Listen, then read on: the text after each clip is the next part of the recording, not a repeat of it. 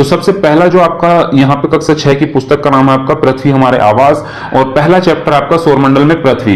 तो हालांकि इसमें जो है थोड़ी कम तथ्य दिए गए हैं 6 क्लास में, लेकिन कभी कभी जो है हाई लेवल की चीज पूछ लेता है, तो इसके अंदर मैंने कुछ और अन्य पॉइंट्स भी डाले हैं जो कि बहुत ही ज्यादा इंपॉर्टेंट है आपके सौरमंडल के बारे में। तो वो सारे पढ़े आप, ऐसा ना सोचे कि बहुत लंबे हो जाएंगे। सिर्फ पहले चैप्टर में इसमें थोड़े से मैंने अलग से पॉइंट डाले हैं सौरमंडल के बारे में, क्योंकि वो बहुत ज्यादा इंपॉर्टेंट है और कभी कभी पूछ लेता है। बाकी आगे आपको जो है बिल्कुल एनसीईआरटी की पुस्तक से ही बनाए गए हैं सारे नोट्स, और एक एक पॉइंट उसी से है आपका। चलिए तो यहां पे चलते हैं और पहला पॉइंट पढ़ते हैं। फर्स्ट पॉइंट है आपका सूर्य के चारों ओर चक्कर लगाने वाले विभिन्न ग्रहों, क्षुद्र ग्रहों, धूमकेतुओं और उल्काओं तथा अन्य आकाशीय पिंडों के समूह को क्या कहते हैं? सौरमंडल कहा जाता है। सौरमंडल में सूर्य का प्रभुत्व है, क्योंकि सौरमंडल निकाय के द्रव्य का लगभग 99.99 द्रव्य सूर्य में निहित है। आगे आपका है सौरमंडल की समस्त ऊर्जा का स्रोत सूर्य ही है। और सूर्य के बारे में पढ़ लेते हैं, अब थोड़े से पॉइंट है तो जल्दी जल्दी पढ़ लेते हैं इनको। सूर्य जो है सौरमंडल का प्रधान है। यह हमारी मंदाकिनी दुग्ध मेखला के केंद्र से लगभग 30,000 प्रकाश वर्ष की दूरी पर एक कोने में स्थित है। आगे आपका पॉइंट दिया है सूर्य दुग्ध मेखला मंदाकिनी के केंद्र के चारों ओर 250 किलोमीटर प्रति सेकंड से गति से जो है परिक्रमा कर रहा है। इसका परिक्रमण काल जो होता है वो 25 करोड़ यानी कि 250 मिलियन वर्ष है, जिसे ब्रह्मांड वर्ष कहते हैं। आगे अगला पॉइंट आपका सूर्य अपने अक्ष पर पूर्व से पश्चिम की ओर घूमता है। इसका मध्य भाग 25 दिनों में व ध्रुवीय भाग 35 दिनों में एक घूर्णन करता है। सूर्य एक गैस का गोला है और जिसमें हाइड्रोजन 71% है, हीलियम जो है आपका 26.5% और अन्य तत्व 2.5% होता है। सूर्य का केंद्रीय भाग जो है उसको कोर कहते हैं इंग्लिश में, हिंदी में क्रोड, और जिसका ताप जो है 1.5 गुना 10 की घात 7 सेंटीग्रेड होता है। और सूर्य का जो भारी सतह का तापमान होता है वो होता है आपका 6000 सेंटीग्रेड। आगे आपका सूर्य की दीप्तिमान सतह को जो है प्रकाश मंडल कहते हैं। सूर्य का समय के सूर्य ग्रहण के समय सूर्य के दिखाई देने वाले भाग को सूर्यक्रीट कहते हैं। सूर्यक्रीट एक्स-रे उत्सर्जित करता है, इसे सूर्य का मुकुट भी कहा जाता है। सूर्य की जो उम्र है वो लगभग 5 बिलियन वर्ष है और भविष्य में सूर्य द्वारा ऊर्जा देते रहने का समय लगभग 10 की घात 11 आपका जो है वर्ष है। और सूर्य के प्रकाश को पृथ्वी पर पहुंचने में 8 मिनट और 16.6 सेकंड का समय लगता है। सौर ज्वाला को उत्तरी ध्रुव पर ओरारा बोरियालिस और दक्षिणी ध्रुव पर क्या कहते हैं? ओरोरा ऑस्ट्रेलिस कहते हैं। सूर्य का व्यास जो है वो आपका 13,92,000 किलोमीटर है, जो पृथ्वी के व्यास का लगभग 110 गुना है। और सूर्य हमारी पृथ्वी से 13 लाख गुना बड़ा है और पृथ्वी को सूर्य ताप का लगभग 2 अरबवां हिस्सा मिलता है। तो ये कुछ तथ्य थे भाई सूर्य के बारे में और सौरमंडल के, बहुत ही इंपॉर्टेंट। अब बात करते हैं सौरमंडल के पिंड और ग्रहों की बात करेंगे, जिसमें से आपका गारंटी से एक प्रश्न तो फंसना ही फंसना है, हर बार फंसता है ग्रहों की विशेषताओं के बारे में। तो यहां से भी देखते हैं। परंपरागत ग्रह जो है वो आपके बुध, शुक्र, पृथ्वी, मंगल, बृहस्पति, शनि, अरुण और वरुण है। बोने ग्रह जो है वो आपके प्लेटो और चेरान, सेरस और 2003 यूबी 313 है। तो देखते हैं अब विशेषताओं के बारे में। थोड़े थोड़े पॉइंट हैं, ज्यादा बड़े पॉइंट नहीं है, लेकिन एक एक पॉइंट काम का है आपका। तो बुध है, जिसको मरकरी बोलते हैं, बुध ग्रह के बारे में। यह सूर्य का सबसे नजदीकी ग्रह है। यह सबसे छोटा ग्रह है जिसके पास कोई उपग्रह नहीं है और यह सूर्य की परिक्रमा सबसे कम समय में पूरी करता है, अर्थात यह सौरमंडल का सर्वाधिक कक्षीय गति वाला ग्रह है। इसका जो तापांतर है सभी ग्रहों से अधिक है, यानी कि 600 सेंटीग्रेड है। इसका तापमान रात में जो है -173 सेंटीग्रेड और दिन में 427 सेंटीग्रेड हो जाता है। और शुक्र के बारे में अब पढ़ लेते हैं हम, जिसको वीनस बोलते हैं इंग्लिश में। यह पृथ्वी का निकटतम चमकीला एवं सबसे गर्म ग्रह है। यह शाम में पश्चिम दिशा में और सुबह में पूर्व दिशा में आकाश में दिखाई पड़ता है, इसलिए इसे सांझ का तारा या भोर का तारा भी कहते हैं। तो ये इंपॉर्टेंट चीज है, इस तरह से प्रश्न बन जाते हैं आपके कि भोर का तारा या सांझ का तारा कौन सा ग्रह कहलाता है? तो शुक्र कहलाता है। यह जो है आपका अन्य ग्रहों के विपरीत यानी कि दक्षिणावर्त क्लॉकवाइज चक्रण करता है और इसे पृथ्वी का भाग्नि ग्रह कहते हैं, क्योंकि यह घनत्व में, आकार में और व्यास में पृथ्वी के समान है और इसके पास कोई उपग्रह नहीं है अपना। अब पढ़ते हैं बृहस्पति के बारे में, जिसको जुपिटर बोलते हैं। यह सौरमंडल का सबसे बड़ा ग्रह है। इसे अपनी धुरी पर चक्कर लगाने में 10 घंटे सबसे कम समय और सूर्य की परिक्रमा करने में लगभग 12 वर्ष लगते हैं। इसका उपग्रह है गैनीमेड, सभी ग्रहों में सबसे बड़ा है और इसका रंग जो है वो पीला है। आगे पढ़ते हैं मंगल ग्रह के बारे में, मार्स के बारे में। इसे लाल ग्रह कहा जाता है। ये प्रश्न आपका आ चुका है कि लाल ग्रह किसे कहते हैं। आई थिंक 2016 में, अभी लास्ट ईयर भी आया था ये। तो लाल ग्रह कहा जाता है मंगल ग्रह को। इसका रंग लाल जो है वो आयरन ऑक्साइड के कारण है। यहाँ पृथ्वी के समान 2 ध्रुव हैं और तथा इसका कक्षा तली 25 डिग्री के कोण पर झुका होता है और इसके कारण यहाँ पृथ्वी के समान ऋतु परिवर्तन होता है। इसके दिन का मान एवं अक्ष का झुकाव जो है वो पृथ्वी के समान है। यह अपने ध्रुव पर 24 घंटे में एक चक्कर लगाता है। सूर्य की परिक्रमा करने में इसे 687 दिन लगते हैं और इसके 2 उपग्रह हैं, फोबास और डिमोस। आगे आपका शनि, जिसको सैटर्न बोलते हैं, इसके बारे में पढ़ते हैं। यह आकार में दूसरा सबसे बड़ा ग्रह है और इसके तल के चारों ओर वलय यानी कि मोटी प्रकाश वाली कुंडली का होना इसकी मुख्य विशेषता है। इन वलयों की संख्या जो होती है वो 7 होती है और यह आकाश में पीले तारे के समान दिखाई पड़ता है। नेक्स्ट पॉइंट है आपका शनि का सबसे बड़ा उपग्रह जो है वो टाइटन है, जो सौरमंडल का दूसरा सबसे बड़ा उपग्रह है। यह आकार में बुध के बराबर है, जो इसका टाइटन है, जो इसका उपग्रह है, और इसका घनत्व जो है सभी ग्रहों एवं जल से भी कम है, यानी इसे जल में रखने पर तैरने लगेगा, जो आपका शनि ग्रह है।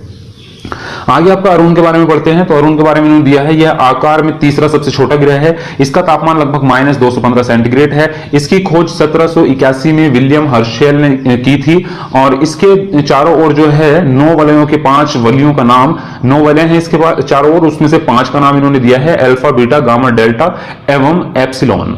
और आगे दिया है इन्होंने, यह अपने अक्ष पर पूर्व से पश्चिम की ओर यानी कि दक्षिणावर्त घूमता है, जबकि अन्य ग्रह पश्चिम से पूर्व की ओर यानी कि वामावर्त घूमते हैं। यहाँ सूर्योदय पश्चिम की ओर होता है और सूर्य अस्त जो होता है वो पूर्व की ओर होता है। इसके सभी उपग्रह पृथ्वी के विपरीत दिशा में परिभ्रमण करते हैं। आगे दिया है इन्होंने, यह अपनी धुरी पर सूर्य की ओर इतना झुका हुआ है कि लेटा हुआ सा दिखलाई देता है, इसलिए इसे लेटा हुआ ग्रह भी कहा जाता है। मोस्ट इंपोर्टेंट बात है, लेटा हुआ ग्रह किसको कहा जाता है, आपका अरुण को कहा जाता है। इसका सबसे बड़ा उपग्रह जो है वो टाइटेनिया है। अब पढ़ते हैं वरुण के बारे में यानी कि नेपच्यून के बारे में। इसकी खोज 1846 में जर्मन खगोलज्ञ जॉन गाले ने की थी। नई खगोलीय व्यवस्था में यह सूर्य से सबसे दूर स्थित ग्रह है। यह हरे रंग का ग्रह है, ये भी याद रखें, ये भी इंपॉर्टेंट चीज है। इसके चारों ओर जो है अति शीतल मीथेन के बादल छाया जा। चलिए तो पृथ्वी के बारे में पढ़ते हैं। वो फर्स्ट पॉइंट दिया है, पृथ्वी आकार में 5वां सबसे बड़ा ग्रह है। पृथ्वी का अक्ष अपने कक्षातल पर बने लंब से 23.5 डिग्री झुका हुआ है। दूसरे शब्दों में कह सकते हैं कि पृथ्वी का अक्ष पृथ्वी की कक्षातल से 66.5 डिग्री का कोण बनाता है। तो ये चीज आप इसको ध्यान रखें बिल्कुल। और नेक्स्ट पॉइंट है, यह सौरमंडल का नेक्स्ट पॉइंट है आपका, यह सौरमंडल का एकमात्र ग्रह है जिस पर जीवन है। इसका एकमात्र उपग्रह चंद्रमा है और इसका विषुवतीय व्यास जो है वो 12,756 किलोमीटर है और ध्रुवीय व्यास जो है इसका 12,714 किलोमीटर है। इस चीज को आप समझ रहे होंगे, जैसे कि ये होता है तो आपकी पृथ्वी, तो विषुवतीय व्यास ये हो गया आपका और ध्रुवीय व्यास ये वाला हो गया, क्योंकि यहाँ पर जो है उत्तर और दक्षिण में आपके ध्रुव होते हैं, तो इसलिए इसको ध्रुवीय व्यास कहा जाता है। आगे आपका यह अपने कक्ष पर पश्चिम से पूर्व 1610 किलोमीटर प्रति घंटा की चाल से 23 घंटे 56 मिनट और 4 सेकंड में एक पूरा चक्कर लगाती है। पृथ्वी की इस गति को घूर्णन या दैनिक गति कहते हैं और इस गति के कारण ही जो है दिन और रात होते हैं। तो थोड़ा सा देख सकते हैं, इसमें 23 घंटे और 56 मिनट का समय है और 4 सेकंड, यानी कि इसका मतलब 4 मिनट का जो है अभी 24 घंटे से कम ये बता रहा है यहाँ पे, तो इसको भी एडजस्ट करेगा वो, आगे देखते हैं। पृथ्वी को सूर्य की परिक्रमा करने में 365 दिन 5 घंटे 48 मिनट 46 सेकंड, लगभग 365 दिन और 6 घंटे का समय लगता है। तो इस समयावधि के दौरान परिक्रमा पूरी करने में पृथ्वी का माध्य वेग लगभग 30 किलोमीटर प्रति घंटा और एग्जैक्टली 29.8 किलोमीटर प्रति सेकंड होता है। पृथ्वी की इस परिक्रमा को पृथ्वी की वार्षिक गति या परिक्रमण कहते हैं। तो ये शब्द आप याद रखें, किसको परिक्रमण काल कह रहे हैं और किसको जो है आप यहाँ पे जो दिया है इसको दैनिक गति या घूर्णन किसको कह रहे हैं, तो वो चीजें आप याद रखेंगे बिल्कुल। पृथ्वी को सूर्य की एक परिक्रमा करने में लगे समय को सौर वर्ष कहा जाता है और प्रत्येक सौर वर्ष कैलेंडर वर्ष में लगभग 6 घंटे बढ़ जाता है। जैसे कि आपको ऊपर दिया है इन्होंने 365 दिन और 6 घंटे का समय लग रहा है, तो इसीलिए 6 घंटे को इसको एडजस्ट करने के लिए उन्होंने लीप वर्ष बनाया और उसको 366 दिन का उन्होंने बना दिया, जो कि आपका जो है 4 साल में आता है। तो 6 चौक 24 करके वो एक दिन जो है उसमें बढ़ा दिया जाता है, तो ये 6 घंटे जो एक्स्ट्रा हैं वो उसमें एडजस्ट होकर पूरे हो जाते हैं। तो 4 वर्ष बाद जो है चौथा वर्ष जो आता है आपका वो लीप वर्ष बना दिया जाता है, इसीलिए बना है वो इसको एडजस्ट करने के लिए, जिसके कारण जो है फरवरी माह में 28 के बजाय जो है वो 29 दिन बना दिए जाते हैं। तो ये इस तरह से एडजस्ट हो जाता है। आकार एवं बनावट की दृष्टि से जो है पृथ्वी जो है शुक्र के समान है और जल की उपस्थिति कारण इसे नीला ग्रह भी कहा जाता है। है। अब पढ़ते हैं भाई चंद्रमा के बारे में। तो चंद्रमा के बारे में इन्होंने दिया है, चंद्रमा की सतह और उसकी आंतरिक स्थिति का अध्ययन करने वाला विज्ञान जो है वो सेलेनोलॉजी कहलाता है। चंद्रमा पर धूल के मैदान को शांति सागर कहते हैं और यह चंद्रमा का पिछला भाग है जो अंधकार में होता है। नेक्स्ट पॉइंट है आपका दक्षिण के चंद्रमा के दक्षिणी ध्रुव पर स्थित लिबनिट्स पर्वत लगभग जो है 10,668 मीटर चंद्रमा का उच्चतम पर्वत है और ये कह सकते हैं हम कि हमारा पृथ्वी से भी फिर ज्यादा ही हो गया है। पृथ्वी पर जो माउंट एवरेस्ट है वो भी आपका 8,848 मीटर है, तो ये तो उससे भी ज्यादा हो गया यहाँ पे। तो चंद्रमा को जीवाश्म गृह भी कहा जाता है, ये चीज आप याद रखें। और आगे दिया है आपका चंद्रमा पृथ्वी की एक परिक्रमा करने में 27 दिन 8 घंटे में पूरी करता है, लगभग इतना समय लेता है और इतने ही समय में वो अपने अक्ष पर भी घूर्णन करता है। ये मेन इंपॉर्टेंट बात है इस चीज का। तो कभी कभी आपका प्रश्न बनता है इस चीज पे कि हम चंद्रमा का पूरा भाग क्यों नहीं देख पाते, वो अधूरा क्यों दिखता है। उसका कारण यही है कि उसको जो पृथ्वी का परिक्रमा करने में जितना समय लग रहा है लगभग 28 दिन, उतने ही समय में वो अपने अक्ष पर भी घूर्णन करता है। तो ये इसका जवाब होता है वहां पे। नेक्स्ट है आपका पृथ्वी से चंद्रमा का 57% भाग ही हम देख सकते हैं और चंद्रमा का व्यास जो होता है वो 3,480 किलोमीटर तथा द्रव्यमान पृथ्वी के द्रव्यमान का 1/81 होता है। तो ये तो हो गया आपका फिनिश। और अध्याय सेकंड है आपका ग्लोब यानी कि अक्षांश और देशांतर। तो इसके बारे में कुछ पढ़ते हैं, बहुत ही इंपॉर्टेंट चीजें इसके बारे में लिखी गई है। अक्षांश किसको कहते हैं? ये काल्पनिक, ये रेखाएं होती हैं जो हमने काल्पनिक भी कह सकते हैं इसको। ये अक्षांश वाली तो काल्पनिक नहीं कहलाती, बल्कि जो आपकी देशांतर वाली होती है वो अक्षांश, वो काल्पनिक कहलाती हैं रेखाएं। इनमें देख रहे हैं अक्षांश में जो है कौन कौन सी रेखाएं हैं। तो सबसे फर्स्टली जो अक्षांश रेखा है वो आपकी विषुवत रेखा कहलाती है, जो मेन है, भूमध्य रेखा भी उसको कहते हैं। विषुवत रेखा के उत्तर तथा दक्षिण में स्थित किसी भी स्थान की कोणीय दूरी को अक्षांश कहते हैं। यह है कोण पृथ्वी के केंद्र पर बनता है, इसे विषुवत वृत्त के दोनों अंशों में मापा जाता है। चलिए इसको देख लेते हैं एक बार ऐसे। आई थिंक आपको शब्दों में शायद समझ ना आ रहा हूं, मैं आपको इसको समझा देता हूं। जैसे कि ये आपकी जो है पृथ्वी है इस तरह से और ये आपकी भूमध्य रेखा होती है। तो इसके समानांतर जो रेखाएं होंगी, जैसे कि ये हो गई आपकी, ये हो गई, इस तरह से जो होती हैं, ये सारी रेखाएं क्या कहलाती हैं? ये अक्षांश रेखाएं कहलाती हैं। और ये बीच में जो होती है, ये जो भूमध्य रेखा है, ये 0 डिग्री अक्षांश कहलाएगा क्योंकि ये बिल्कुल समतल है, यहां पे 0 डिग्री होता है। और जो ऊपर बढ़ती रहती है उसको जो है ये कोण, जैसे पृथ्वी का केंद्र है यहां पे बोल रहा है, तो ये कोण जो बनता है पृथ्वी के केंद्र पर बनता है और किसी भी स्थान की कोणीय दूरी क्या कहलाती है? उसकी अक्षांश कहलाती है। जैसे कि मान लो यहां पे कोई देश स्थित है, तो भाई यहां से जो रेखा ऐसे मिलेगी ये पृथ्वी के केंद्र पर, तो यहां पे जो कोण बनेगा वो इसका अक्षांश कोण कहलाएगा और उतनी ही डिग्री उसको माना जाएगा कि ये वाला देश जो है, मान लीजिए 45 का कोण बन रहा है आपका, तो ये कहेंगे कि ये वाली जो जगह है, स्थान है, वो ये 45 डिग्री अक्षांश पर स्थित है। और किधर की स्थित है? ये उत्तर दिशा में स्थित है। तो ये इस तरह से मापा जाता है। और अगर ये इधर की साइड में कोई देश होगा तो उसको दक्षिण में माना जाएगा कि वो 45 डिग्री दक्षिण अक्षांश में स्थित है। तो इस तरह से ये चीजें मानी जाती हैं। तो ये सारी रेखाएं जो होती हैं इस तरह की समतल वाली, ये चारों गोल रेखाएं होती हैं पृथ्वी के चारों ओर, तो ये अक्षांश रेखाएं आपकी कहलाती हैं। तो ये हो गई आपकी। और विषुवत रेखा समझ गए आप, बीच वाली जो रेखा होती है वो विषुवत रेखा कहलाती है। और वो भी बता दूं मैं आपको, विषुवत रेखा के जो ऊपर होती है वो आपकी कर्क रेखा होती है और नीचे जो होती है वो मकर रेखा होती है, बिल्कुल जो बराबर में होती है इनके। और ये इससे 23.5 डिग्री की दूरी पर होती है, ऊपर वाली भी और नीचे वाली भी। यानी कि कर्क रेखा भी विषुवत रेखा से 23.5 डिग्री की दूरी पर होती है और मकर रेखा भी 23.5 डिग्री। तो ये चीजें इंपॉर्टेंट हैं, इस चीज को याद रखें आप बिल्कुल। और विषुवत वृत्त के उत्तरी भाग को उत्तरी गोलार्ध कहेंगे और दक्षिणी भाग को क्या कहेंगे? दक्षिणी गोलार्ध कहेंगे। जैसे कि ये था, तो ये वाला भाग क्या हो गया आपका? उत्तरी गोलार्ध हो गया और ये वाला भाग क्या हो गया आपका? ये दक्षिणी गोलार्ध हो गया। तो ये चीज है। और विषुवत रेखा से प्रत्येक 1 डिग्री पर विषुवत रेखा के समांतर उत्तर तथा दक्षिण में खींची गई रेखाएं जो है वो अक्षांश रेखाएं कहला रही हैं। जैसे मैंने भी आपको बताया है, उत्तर में जो होंगी वो उत्तरी अक्षांश रेखाएं और दक्षिण में दक्षिणी अक्षांश रेखाएं। तो ये पूरी 1 डिग्री पर होती है प्रत्येक रेखा। जैसे कि ये जो मैंने अभी आपको बताया था, ये आपकी विषुवत रेखा है, तो ये तो 0 डिग्री पे हुई। अब इसकी जो नेक्स्ट रेखा होगी यहाँ पे, तो इसके कोण की जो दूरी होगी वो 1 डिग्री होगी केवल। और इस तरह से खींचते खींचते कितनी रेखाएं बनेंगी? फिर 90 बनेंगी। आप समझ लो, यहां से यहां तक 90 का कोण बन सकता है ना, इससे ज्यादा तो बन नहीं सकता ये वाला कोण। तो इसलिए ये सिर्फ 90 जो है रेखाएं बन सकती है। और 90 भी किसे? इसको मिला के, विषुवत रेखा को मिला के ऊपर जो है 89 बनती है केवल। क्योंकि भाई जब यहां पर बिंदु पे पहुंच जाओगे आप ध्रुव पे, तो वहां पर 0 हो जाएगा बिल्कुल, वहां पे तो कोई रेखा नहीं बन सकती ना। तो उससे नीचे और यहां से 89 रेखाएं बनती हैं ऊपर और 89 बनती हैं नीचे। तो 89 नीचे होती है और 89 ही ऊपर होती है, इसको मिला के 90 होती है। होती है। तो अब 89 और 89 आप जोड़ सकते हैं और एक ऊपर हो जाएगी, तो ये आपकी जो है 179 कुल रेखाएं बनती हैं। तो बहुत कंफ्यूजन इसमें रहता है लोगों को कि 90 ऊपर बन रही है 90 नीचे, और वो 180 को सही कर देते हैं। और ये बहुत बार प्रश्न आता है आपका कि विषुवत रेखा अक्षांश रेखाओं की संख्या कितनी होती है, तो 179 होती है। कुछ लोग सोचते हैं कि 90 ऊपर बन रही है 90 नीचे बन रही है, और आपकी भूमध्य यानी कि एक आपकी विषुवत रेखा हो गई तो उसको 181 कर देंगे, यानी कि 181 कर देंगे। तो बस ये गलती मत करना आप लोग, बहुत ही ध्यान से इस चीज को समझो भाई। उसको मिला के जो बीच वाली रेखा है आपकी, उसको मिला के जो है तब 90 ऊपर हो रही है, और उसी को मिला के नीचे 90, यानी कि 89 ऊपर है 89 नीचे है, और एक भूमध्य रेखा है, तो कुल मिला के 179 आपकी होती है। तो ये बिल्कुल इस चीज को याद रखें। चलिए, ये लाइन तो इसी के बारे में थी, ये मैंने अभी आपको समझाया है कि कुल संख्या 179 होती है, तो ये चीज तो आप समझ ही गए हैं। आगे चलते हैं। आगे ये बात भी मैं आपको बता चुका हूं, आई थिंक भूमध्य रेखा जो होती है, भूमध्य रेखा के उत्तर में 23.5 डिग्री पे जो है कर्क रेखा है आपकी, और दक्षिण में जो है आपकी मकर रेखा है।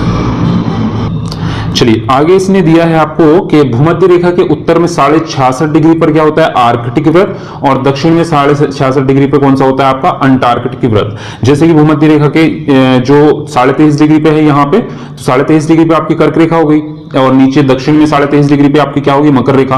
अगर यहां से 23.5 की बजाय यहाँ पे 66.5 कर दिया जाए, यानी कि यहां से यहां तक का, तो यहां से जो ये वाली रेखा होगी आपकी, ये आपकी हो जाएगी आर्कटिक रेखा या आर्कटिक व्रत। और इससे भूमध्य रेखा से जो यहाँ पे 66.5 डिग्री कर दिया जाए, तो ये वाली जो रेखा हो जाएगी नीचे आपकी दक्षिण में, ये हो जाएगी आपकी अंटार्कटिक व्रत। तो ये चीज है यहाँ पे, इस चीज को याद रखेंगे। अब पढ़ लेते हैं थोड़ा सा देशांतर के बारे में। तो देशांतर जो होती हैं वो आपकी लॉन्गिट्यूड यानी कि जो खड़ी रेखाएं हैं वो आपकी क्या कहलाती हैं, देशांतर रेखाएं कहलाती हैं। तो थोड़ी सी इस चीज को समझ के चलना भाई, वीडियो थोड़ी सी लंबी हो सकती है क्योंकि दोनों पार्ट को एक साथ समझना जरूरी है, वरना फिर आप कंफ्यूज हो जाओगे एक को बाद में पढ़ोगे तो, इसलिए दोनों को एक साथ समझ लेते हैं।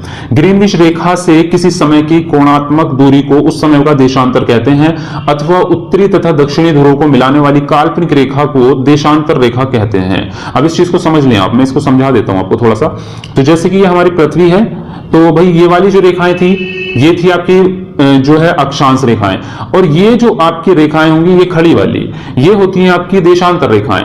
लेकिन ये जो आपकी ये वाली रेखाएं होती हैं, सॉरी, ये वाली रेखाएं जो है आपकी समानांतर होती हैं एक दूसरे के, लेकिन ये रेखाएं समांतर नहीं होती। ये जैसे आपकी खरबूजा होता है ना, खरबूजा देखा होगा, उस पे जो लाइंस बनी होती हैं, ये जो गेंद आती है उस पे गोले वाली लाइन बनी होती है, उस टाइप की होती है। तो ये इस तरह से होती है, यहां से यानी कि जो है आपका ये अगर यहां से जा रही है तो इसके पीछे से घूम के पृथ्वी के इधर से ऐसे मिलेगी, तो ये समांतर नहीं होती बल्कि एक दूसरे के बराबर ही रहेंगी, और ये इस तरह से ही घूमती रहेंगी। तो ये जो है एक दूसरे के समांतर नहीं होती, बल्कि ये कहेंगे कि ये रेखाएं जो है आपकी यहाँ पे ध्रुवों पे जो है एक दूसरे में मिल जाती हैं और एक दूसरे को काटती हैं ध्रुवों पे। जब ये एक रेखा आएगी दूसरी आएगी, यहाँ भी ये काटेगी इसको, तो ये एक दूसरे के समांतर नहीं होती। तो इनके बीच की दूरी जो है यहाँ पे तो शून्य हो जाएगी ध्रुव पे, और यहाँ पे बीच में सबसे ज्यादा होती है। तो ये चीज भी इसमें इंपॉर्टेंट है आपकी। तो जो खड़ी वाली रेखाएं हैं वो आपकी देशांतर होती हैं। आगे दिया है उन्होंने, ये रेखाएं समांतर नहीं होती, ये मैं आपको बता चुका हूं बिल्कुल, और इनकी लंबाई बराबर होती है क्योंकि ये जो है आपकी बराबर ही रहेंगी, चारों तरफ से घूम रही है, तो इनकी लंबाई जो है बराबर रहेंगी। जबकि आपकी जो अक्षांश रेखाएं होती हैं उनकी लंबाई जो है भूमध्य रेखा की सबसे ज्यादा रहेगी और इनकी कम होती चली जाएगी। देख रहे हो, इस तरह से जब इस तरह से घूमेंगी तो यहाँ पे आगे तो कम हो जाएगी, तो इनकी जो है घटती चली जाती है लंबाई। और देशांतर रेखाओं के बीच की दूरी जो है ध्रुवों पर जो है न्यूनतम होती है, जो मैंने अभी आपको बताया है जो पॉइंट पे, और विषुवत रेखा पे सबसे ज्यादा रहेगी, वो भी मैं आपको बता चुका हूं। वो होती कितनी है, 111.32 यानी कि 32 किलोमीटर। और ग्रीनविच रेखा वाली देशांतर में बाईं ओर की रेखा पश्चिमी देशांतर तथा दाईं ओर की रेखा जो है पूर्वी देशांतर कहलाएंगे आपकी। तो इस चीज को समझ सकते हैं, जैसे ये पृथ्वी है, यहाँ पे जो है आपकी बाईं ओर की क्या कहलाएंगे, आपकी पश्चिमी देशांतर, और दाईं ओर की कौन सी कहलाएंगे, आपकी ये वाली जो हो जाएंगी, ये हो जाएंगे आपकी पूर्वी देशांतर। तो ये चीज है। और इस प्रकार ग्रीनविच रेखा के बाईं ओर की पृथ्वी जो है वो पश्चिमी गोलार्ध कहलाएगी बिल्कुल, और दाईं ओर की भाग जो है वो पूर्वी गोलार्ध कहलाएगा। और 180 डिग्री पूर्व और 180 डिग्री पश्चिम जो है वो देशांतर एक ही रेखा होती है। तो इस चीज को समझिए आप लोग, जैसे कि ये है आपका बीच में जो ये वाली रेखा है, इसको बोल रहे हैं ये जो है 180 डिग्री पे होगी आपकी। तो इधर से भी 180 डिग्री और इधर से भी, तो ये सेम ही होगी ना, एक ही रेखा होगी। अब आप चाहे इधर से नाप लो, इधर से नाप लो, पूरब में भी और पश्चिम में भी ये एक ही रेखा की माप कहलाएगी, एक ही रेखा इसमें कहलाएगी। तो भाई यहाँ पे दिया है इसने कि गोलाकार होने के कारण जो है पृथ्वी 24 घंटे में 360 डिग्री घूम जाती है, अतः 1 डिग्री देशांतर की दूरी तय करने में उसको 4 मिनट का समय लगता है। इसलिए अगर हम इसको देखें तो 24 गुणा 60 मिनट और उसको अगर हम 300 से डिवाइड करेंगे तो 4 मिनट प्रति 1 डिग्री, यानी कि जब 1 डिग्री देशांतर जो है कोण बदलता है तो वहां पे 4 मिनट का समय जो है आपका बदल जाता है। तो आगे इसी आधार पर जो है समय ज्ञात किया जाता है आपका, इसी स्थान का समय ज्ञात किया जाता है। और आगे इसने दिया है कि एक देशांतर का अंतर होने पर समय में 4 मिनट का अंतर आ जाता है, क्योंकि पृथ्वी पश्चिम से पूरब की ओर घूमती है, अतः ग्रीनविच से पूरब की ओर बढ़ने पर जो है प्रत्येक देशांतर पर 4 मिनट का समय बढ़ जाता है, तथा पश्चिम की ओर जाने पर प्रत्येक देशांतर पर 4 मिनट का समय जो है घट जाता है। पढ़ेंगे अंतरराष्ट्रीय तिथि रेखा के बारे में। तो वॉशिंगटन डीसी में 22 अक्टूबर 1884 को हुई एक अंतरराष्ट्रीय गोष्ठी में लंदन के पूर्व में स्थित ग्रीनविच नामक स्थान पर स्थित रॉयल वेधशाला से गुजरने वाली देशांतर रेखा को प्रधान मध्याह्न माना गया है और इस ग्रीनविच मध्याह्न को नाम दिया गया, इसे जो है ग्रीनविच मध्याह्न का नाम दिया गया है। इस समय ग्रीनविच मध्याह्न को शून्य मानकर बाकी देशांतरों की गणना की जाती है और समय का निर्धारण इसी को आधार मानकर किया जाता है। लगभग 180 डिग्री से गुजरने वाली ग्रीनविच रेखा को अंतरराष्ट्रीय तिथि रेखा कहा जाता है। तो ये जो जैसे कि आपकी पृथ्वी है, इसके बीच में जो बिल्कुल यहाँ पे जो है बीचों बीच जो आपकी देशांतर रेखा है जो बीच वाली, उसको हम मानते हैं कि यहाँ पे जो है इसको ही 180 डिग्री देशांतर इसको हम बोलते हैं। तो ये पूरब में 180 डिग्री देशांतर और आपका पश्चिम में एक ही रेखा होती है, तो इस रेखा को अंतरराष्ट्रीय तिथि रेखा माना गया है और इसी के आधार पर जो है बाकी जगहों का समय निर्धारित किया जाता है। तो पृथ्वी के केंद्र पर जो है इस रेखा से जो भी पृथ्वी के केंद्र यानी कि इस रेखा से जो भी उस स्थान पर कोण बनेगा वो उसका डिग्री कहलाता है और उसी के हिसाब से जो है समय का निर्धारण होता है। तो आगे पढ़ते हैं और देखते हैं, अभी बताते हैं इसमें किस तरह से समय का निर्धारण किया जाता है। तो ये यहाँ पे दिया है इन्होंने समय जोन व मानक समय। तो विश्व को 24 समय जोनों में विभाजित किया गया है। इन समय जोनों को ग्रीनविच मीन टाइम वे मानक समय में 1 घंटे के अंतराल के आधार पर विभाजित किया गया है, अर्थात प्रत्येक जोन 15 डिग्री के बराबर होता है। आगे दिया है इन्होंने प्रत्येक देश का मानक समय ग्रीनविच टाइम से आधा घंटे के गुणक के अंतर पर निर्धारित किया जाता है और भारत में 82.5 पूर्वी देशांतर जो इलाहाबाद के निकट मिर्जापुर इससे गुजरती है के समय को मानक समय माना गया है। यह समय ग्रीनविच मीन टाइम से 5.5 घंटे आगे है, अतः जब ग्रीनविच में दोपहर के 12 बजे होंगे तो उस समय भारत में शाम के 5:30 बजे होंगे। चलिए इस चीज को समझ लेते हैं। तो जैसे कि भाई ये है आपका इस तरह से, तो यहाँ पे और ये आपका यहाँ पे ग्रीनविच रेखा होगी बीच वाली और ये आपकी जो है भूमध्य रेखा में बना देता हूँ विषुवत रेखा ऐसी समझने के लिए। तो जो आपका भारत स्थित है वो इस जगह पे स्थित है, यहाँ पे मध्य रेखा विषुवत रेखा जो है इसके थोड़ा सा ऊपर। तो ये लगभग जो है आपका 82.5 डिग्री का कोण बनता है। अगर हम इसको यहाँ से इस तरह से लें तो ये जो कोण बनाएगा इससे ग्रीनविच रेखा से, ये ग्रीनविच रेखा है तो यहाँ पे 82.5 डिग्री आपका जो है यहाँ पे होता है और 1 डिग्री के बढ़ने पे कितना समय बढ़ता है भाई? 4 मिनट का समय बढ़ता है, ये आप सब लोग जानते हैं। तो अगर हम इसको 82.5 को 4 से गुणा करेंगे तो लगभग कितना आएगा हमारा? 4 पंजे 20 और 4 दूनी 8 और 2 10, 8 और 2 10 का 0 हासिल लगा 1 आपका और 4 8 32 और 1 33, यानी कि 330 लगभग जो है मिनट आएंगे आपकी। तो 330 मिनट को अगर हम घंटे में बदलेंगे तो घंटे में हो जाएगा हमारे 5.5 घंटे, यानी 5 घंटे 30 मिनट बैठा है। तो इस हिसाब से जो यहाँ पे अगर इस ग्रीनविच रेखा पे जो है शून्य समय है या 12 बज रहे हैं तो यहाँ पे हमारे भारत में जो है वो 5:30 बजे होंगे, क्योंकि ये 5.5 घंटे आगे चला जाता है समय। तो इस तरह से जो है इसको मापा जाता है और समय का निर्धारण यहाँ पे किया जाता है। प्रत्येक 1 डिग्री पे जो है 4 मिनट का समय आपका बढ़ जाता है। तो इधर को तो बढ़ेगा और अगर इस रेखा से हम लेफ्ट में जाएंगे इधर को तो इधर को घटेगा उतना ही, इधर को जितना भी हम जाएंगे इस साइड में लेफ्ट में उतना ही ये समय घटता चला जाएगा। तो ये होता है आपका और इस तरह से जो है आप समय का निर्धारण यहाँ पे होता है। चलिए आगे इन्होंने दिया है कटिबंध के बारे में, तो ये पढ़ते हैं और बहुत ही इंपॉर्टेंट है और आसान भी है, समझ लेते हैं इसको।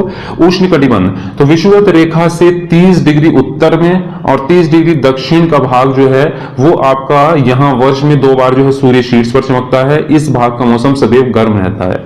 तो समझ रहे हो, ये सिर्फ आपको डिग्री याद रखनी है, बाकी और कुछ नहीं है। जैसे कि ये है और विषुवत रेखा ये बीच है आपकी बीच की, तो इससे 30 डिग्री यहां तक का यानी कि 23.5 तो आपका कर्क रेखा होती है, उससे थोड़ा सा ऊपर और आगे बढ़ेंगे और 30 डिग्री नीचे ये दोनों भाग जो है इतना भाग जितना भी होगा ये क्या कहलाएगा? ये उष्ण कटिबंधीय भाग आपका कहलाता है। उपोष्ण कटिबंध कौन सा होता है है भाई 30 डिग्री से आगे 45 डिग्री उत्तरी तक, और उस नीचे भी दक्षिण दिशा में भी क्या, दक्षिण दिशा में भी 45 डिग्री तक, इसके बीच में जो स्थित क्षेत्र होगा वो क्या कहलाएगा, आपका उपोष्ण कटिबंध कहलाएगा। और यहाँ जहां कुछ महीने ताप अधिक होता है और कुछ महीने ताप जो है कम रहता है। इसी प्रकार से शीतोष्ण की बात करें तो शीतोष्ण जो है वो 45 से 60 डिग्री, 45 से 60 उत्तर की तरफ और दक्षिण की अक्षांशों के बीच का क्षेत्र जो है, यहाँ सूर्य सिर के ऊपर कभी नहीं चमकता, बल्कि उसकी किरणें जो है तिरछी होती है और यहाँ ताप जो है वो कम रहता है। और जो ध्रुवीय कटिबंध होंगे आपके तो 66 डिग्री से लेकर 90 तक, यानी कि बिल्कुल मेन ध्रुव तक चले जाएंगे। तो वहां पर जो उसके बीच में जो मध्य क्षेत्र होते हैं, लेफ्ट मतलब नीचे भी यानी कि दक्षिण में भी और उत्तर में भी, दोनों जगहों पे, तो यहाँ अत्यंत ही कम रहता है तापमान, क्योंकि वहां पे तो बहुत बर्फ पड़ती है, बहुत ज्यादा, तो आप समझ सकते हो, तो वहां पे बर्फ हमेशा जमी रहती है। आगे इन्होंने कुछ और चीजें दी है जैसे कि कर्क संक्रांति आपकी, तो 21 जून को सूर्य जो है कर्क रेखा पर लंबवत पड़ता है, इसे कर्क संक्रांति कहते हैं। इस दिन उत्तरी गोलार्ध में सबसे बड़ा दिन होता है। मोस्ट इंपोर्टेंट है, एक एक पॉइंट को इसको नोट करिए आप। मकर संक्रांति तो 22 दिसंबर को सूर्य जो है मकर रेखा पर लंबवत होता है, इसे मकर संक्रांति कहते हैं। इस दिन दक्षिणी गोलार्ध में सबसे बड़ा दिन होता है। और नोट दिया है इन्होंने यहाँ पे कि 23 सितंबर और 22 मार्च को संपूर्ण पृथ्वी पर जो है दिन और रात बराबर होते हैं आपके। अपसोर और उपसोर ये दो वर्ड हैं और बहुत ही ज्यादा इंपॉर्टेंट हैं, और इनमें बहुत अंतर है, एक और लिखने में लगभग एक जैसे होते हैं पढ़ने में, इसलिए कंफ्यूज नहीं होना। उपसोर है, एक अपसोर। उपसोर का मतलब ये होता है कि पृथ्वी सूर्य की परिक्रमा जो है दीर्घ वृत्ताकार कक्षा में करती है, तो जिस समय पृथ्वी सूर्य के अत्यधिक पास होती है तो उससे अपसोर कहते हैं, उपसोर कहते हैं। ऐसी स्थिति 3 जनवरी को होती है और पृथ्वी सूर्य से दूरी जो है यहाँ पे 14.70 करोड़ किलोमीटर होती है। देखिए इस चीज को समझिए, जैसे कि सूर्य ये है मान लीजिए, तो पृथ्वी जो इसकी परिक्रमा करती है वो दीर्घ वृत्ताकार में करती है, इस तरह से, ना कि गोल बिल्कुल।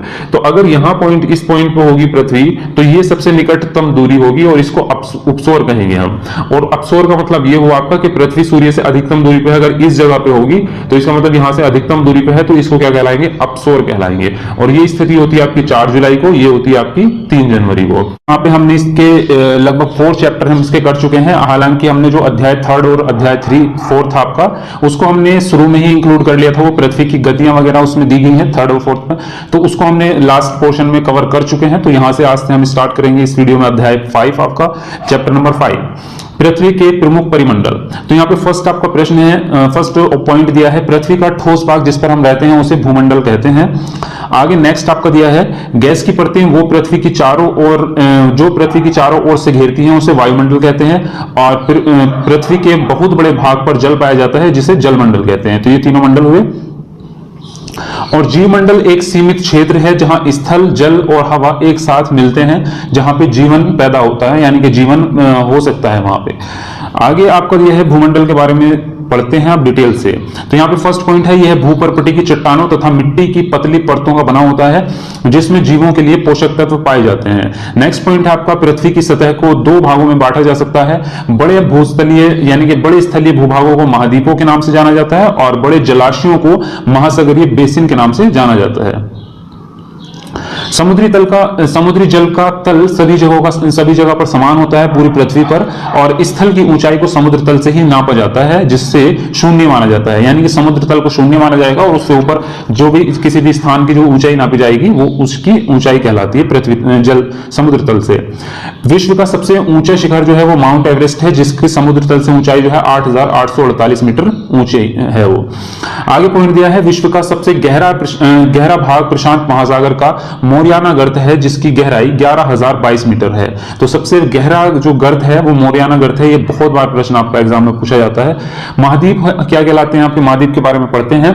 तो पृथ्वी पर जो है 7 प्रमुख महाद्वीप हैं। सबसे पहले आपका नंबर पे आता है एशिया, विश्व का सबसे बड़ा महाद्वीप है। यह पृथ्वी के कुल क्षेत्र का 1/3 भाग में फैला हुआ है और यह महाद्वीप पूर्वी गोलार्ध में स्थित है। कर्क रेखा इस महाद्वीप से होकर गुजरती है। एशिया के पश्चिम में यूराल पर्वत है और जो इसे यूरोप से अलग करता है। ये प्रश्न अभी लास्ट में आपका आया था यूराल पर्वत के बारे में कि एशिया के पश्चिम में जो है कौन सा पर्वत है और यूरोप को और एशिया को कौन सा पर्वत अलग करता है, तो वो यूराल पर्वत है। यूरोप एवं एशिया के संयुक्त भूभाग को यूरेशिया यानी कि यूरोप प्लस एशिया कहा जाता है। सेकंड है आपका यूरोप महाद्वीप, एशिया से बहुत छोटा है। यह महाद्वीप एशिया के पश्चिम में स्थित है। आर्कटिक वृत्त इससे होकर गुजरता है और यह तीन तरफ से जल से घिरा है। आगे आता है थर्ड नंबर पे आपका अफ्रीका। एशिया के बाद विश्व का सबसे बड़ा महाद्वीप है। विषुवत वृत्त या 0 डिग्री अक्षांश इस महाद्वीप के लगभग मध्य से होकर गुजरता है और अफ्रीका का बहुत बड़ा भाग उत्तरी गोलार्ध में स्थित है। यह एक ऐसा महाद्वीप है जिससे होकर तीनों रेखाएं गुजरती हैं, कर्क, विषुवत और मकर। ये आपका यूपी टेट में भी आया था प्रश्न और आपका सुपर टेट में भी आया था कि ऐसा कौन सा महाद्वीप है जिससे कर्क, विषुवत और मकर तीनों रेखाएं होकर गुजरती हैं। बहुत ज्यादा इंपॉर्टेंट है, एक एक पॉइंट काम का है आपका, बिल्कुल नोट करते चलें आप। सहारा का रेगिस्तान विश्व का सबसे गर्म रेगिस्तान है जो अफ्रीका में स्थित है। यह महाद्वीप चारों तरफ से समुद्रों एवं महासागरों से घिरा है और विश्व की सबसे लंबी नदी नील, जिसको हम कहते हैं, अफ्रीका से होकर गुजरती है। तो ये इसके बारे में बहुत ही इंपॉर्टेंट तथ्य दिए हैं इन्होंने। उत्तर अमेरिका आपका जो फोर्थ महाद्वीप है, विश्व का तीसरा सबसे बड़ा महाद्वीप है और यह दक्षिण अमेरिका के एक संकरी स्थल से जुड़ा है जिसे पनामा जल संधि कहा जाता है, स्थल संधि कहा जाता है। यह महाद्वीप पूरे तरह से उत्तरी एवं पश्चिमी गोलार्ध में स्थित है। यह महाद्वीप 3 महासागरों से घिरा है। उसके बाद आता है आपका दक्षिण अमेरिका। तो दक्षिण अमेरिका का अधिकांश भाग दक्षिणी गोलार्ध में स्थित है। इसके पूर्व एवं पश्चिम में अटलांटिक महासागर एवं प्रशांत महासागर स्थित हैं। विश्व की सबसे लंबी पर्वत श्रृंखला, जिसको एंडीज के नाम से जाना जाता है, इसके उत्तर से दक्षिण ये ओर फैली हुई है। दक्षिण अमेरिका में विश्व की सबसे बड़ी नदी यानी कि अमेजन जो है वो बहती है।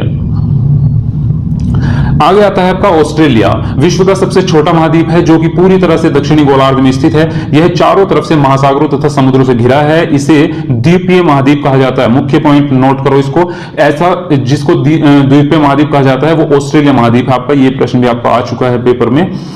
आगे है आपका अंटार्कटिका, एक बहुत बड़ा महाद्वीप है जो कि दक्षिणी गोलार्ध में स्थित है। दक्षिणी ध्रुव इस महाद्वीप के मध्य में स्थित है। चूंकि यह दक्षिणी ध्रुव में स्थित है इसलिए यह हमेशा मोटी बर्फ की परतों से ढका रहता है। आप अच्छी तरह से जानते हैं ध्रुवों पर जो है बहुत ही बर्फ पड़ी रहती है, वहां पे तापमान कभी बढ़ता ही नहीं है। तो यहाँ किसी भी प्रकार का स्थायी मानव निवास नहीं है। बहुत से देशों के शोध केंद्र यहाँ स्थित है और भारत का भी एक शोध केंद्र यहाँ पे स्थित है जिसका नाम है मैत्री तथा दक्षिणी गंगोत्री। उसके बाद ये पढ़ते हैं, अब आते हैं हम, ये तो स्थलमंडल हो गया आपका, अब आते हैं जलमंडल पे। पृथ्वी को नीला ग्रह कहा जाता है क्योंकि पृथ्वी का 71% भाग जो है वो जल है और 29% भाग पर जो है स्थल है यानी कि भूमि है। पृथ्वी पर पाए जाने वाले जल का 97% भाग महासागरों में पाया जाता है। महासागर किसको कहते हैं? महासागरीय जल हमेशा गतिमान रहते हैं।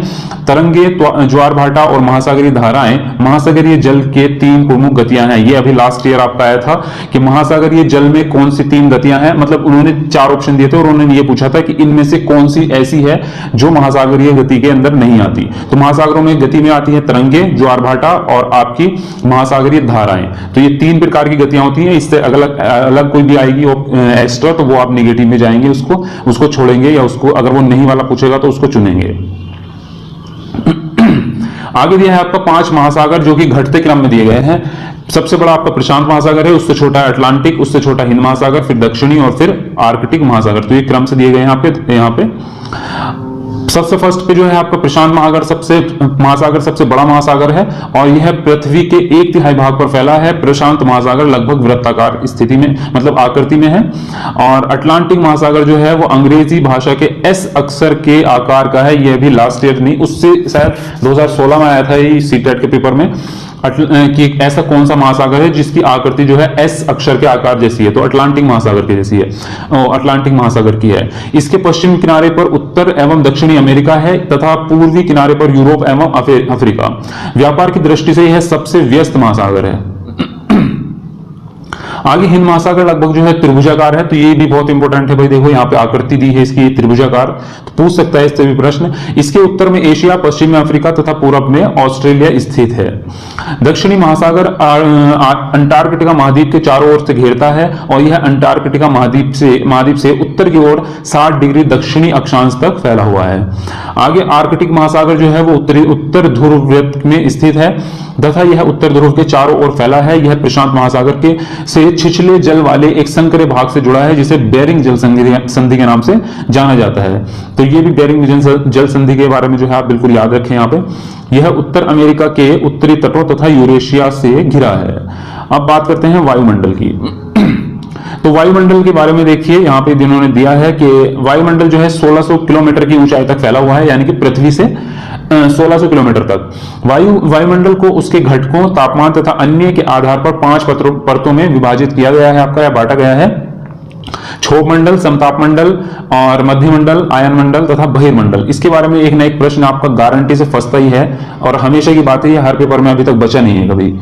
तो वायुमंडल में 99% भाग पर ऑक्सीजन, 99% भाग में जो है ऑक्सीजन तथा आपका जो है नाइट्रोजन है। तो यहाँ पे ये शायद आई थिंक मिस्टेक लिखा गया है यहाँ पे, ये जहां पे ऑक्सीजन नहीं बल्कि यहाँ पे नाइट्रोजन होना चाहिए था, ये गलत लिखा गया कि नाइट्रोजन आपका 78% है और ऑक्सीजन जो है वो आपका 21% है। तो दोनों को मिला के क्या हो जाता है, 99% भाग पे ये दोनों ही गैसें आपकी फैली हुई हैं। तथा दूसरी गैसें जो है आपकी, जैसे कि कार्बन डाइऑक्साइड, आर्गन इत्यादि की मात्रा जो है केवल 1% है। नाइट्रोजन प्राणियों की वृद्धि के लिए आवश्यक होती है और ऊंचाई के साथ वायु का घनत्व जो है घटता है, समुद्र तल पर यह सबसे अधिक होता है।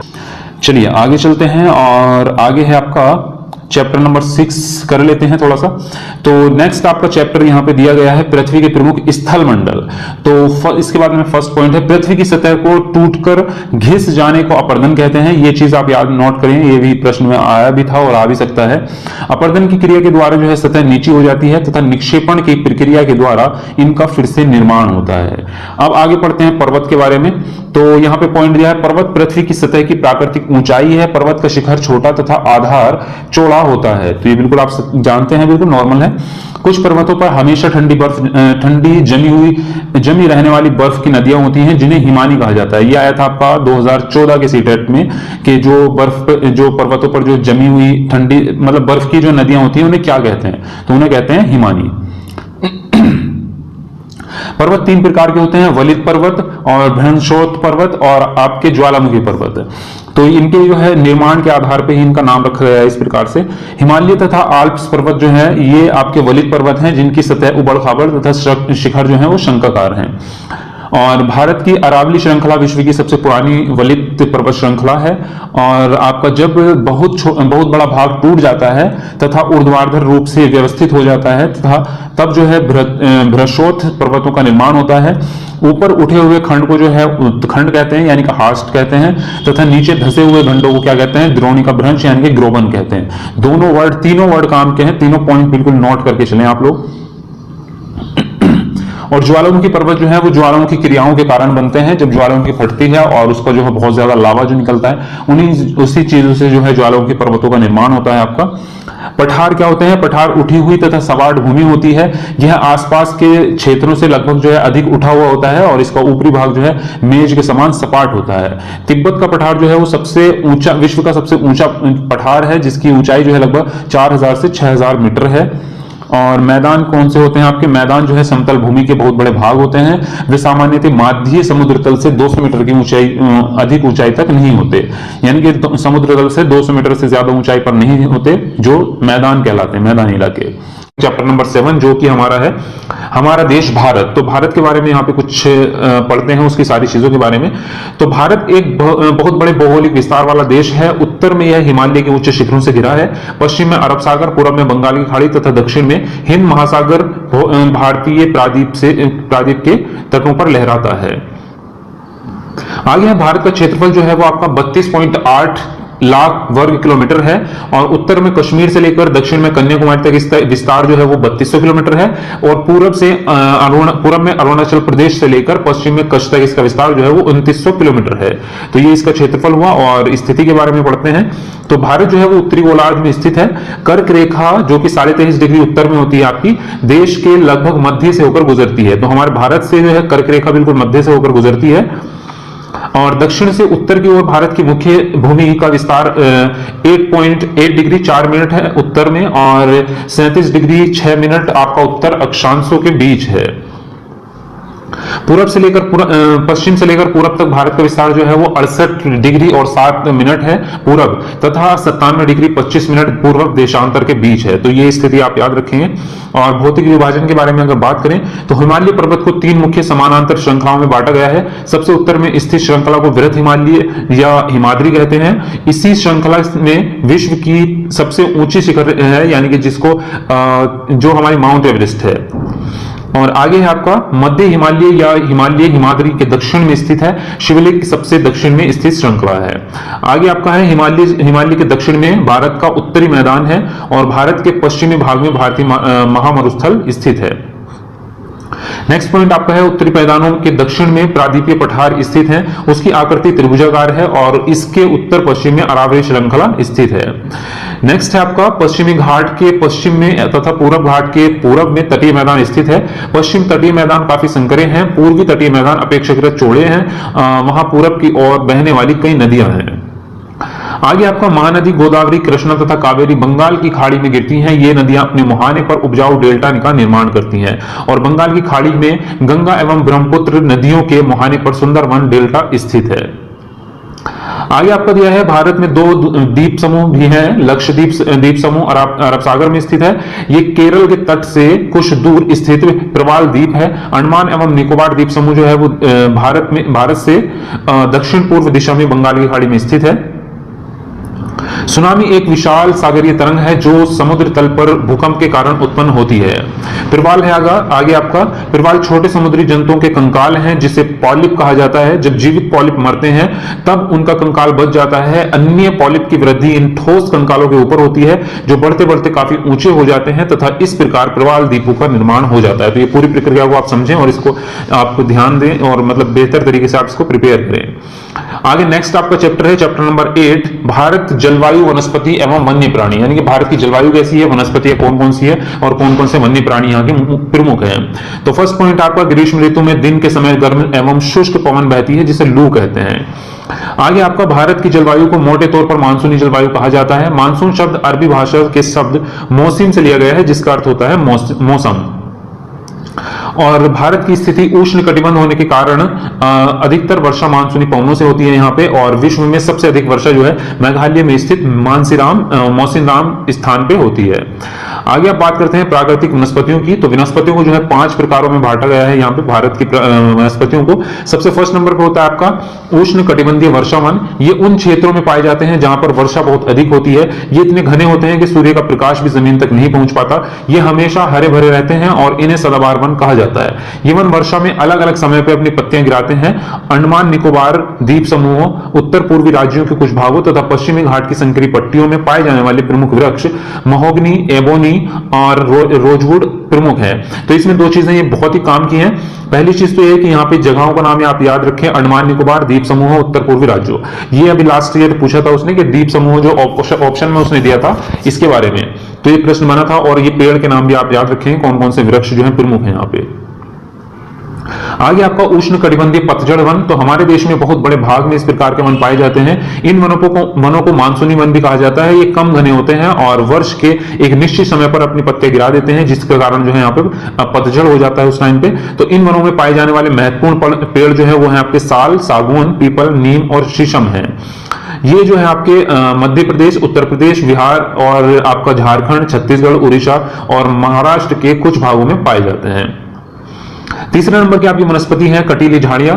इस प्रकार की वनस्पतियां देश के शुष्क भागों में पाई जाती हैं। पानी की क्षति को कम करने के लिए इनकी पत्तियों में बड़े बड़े कांटे होते हैं। इनके महत्वपूर्ण वृक्ष आपके केक्टस, खैर, बबूल, कीकर इत्यादि। ये राजस्थान, पंजाब, हरियाणा, पश्चिमी घाट के पूर्वी ढालों तथा गुजरात में पाई जाती हैं।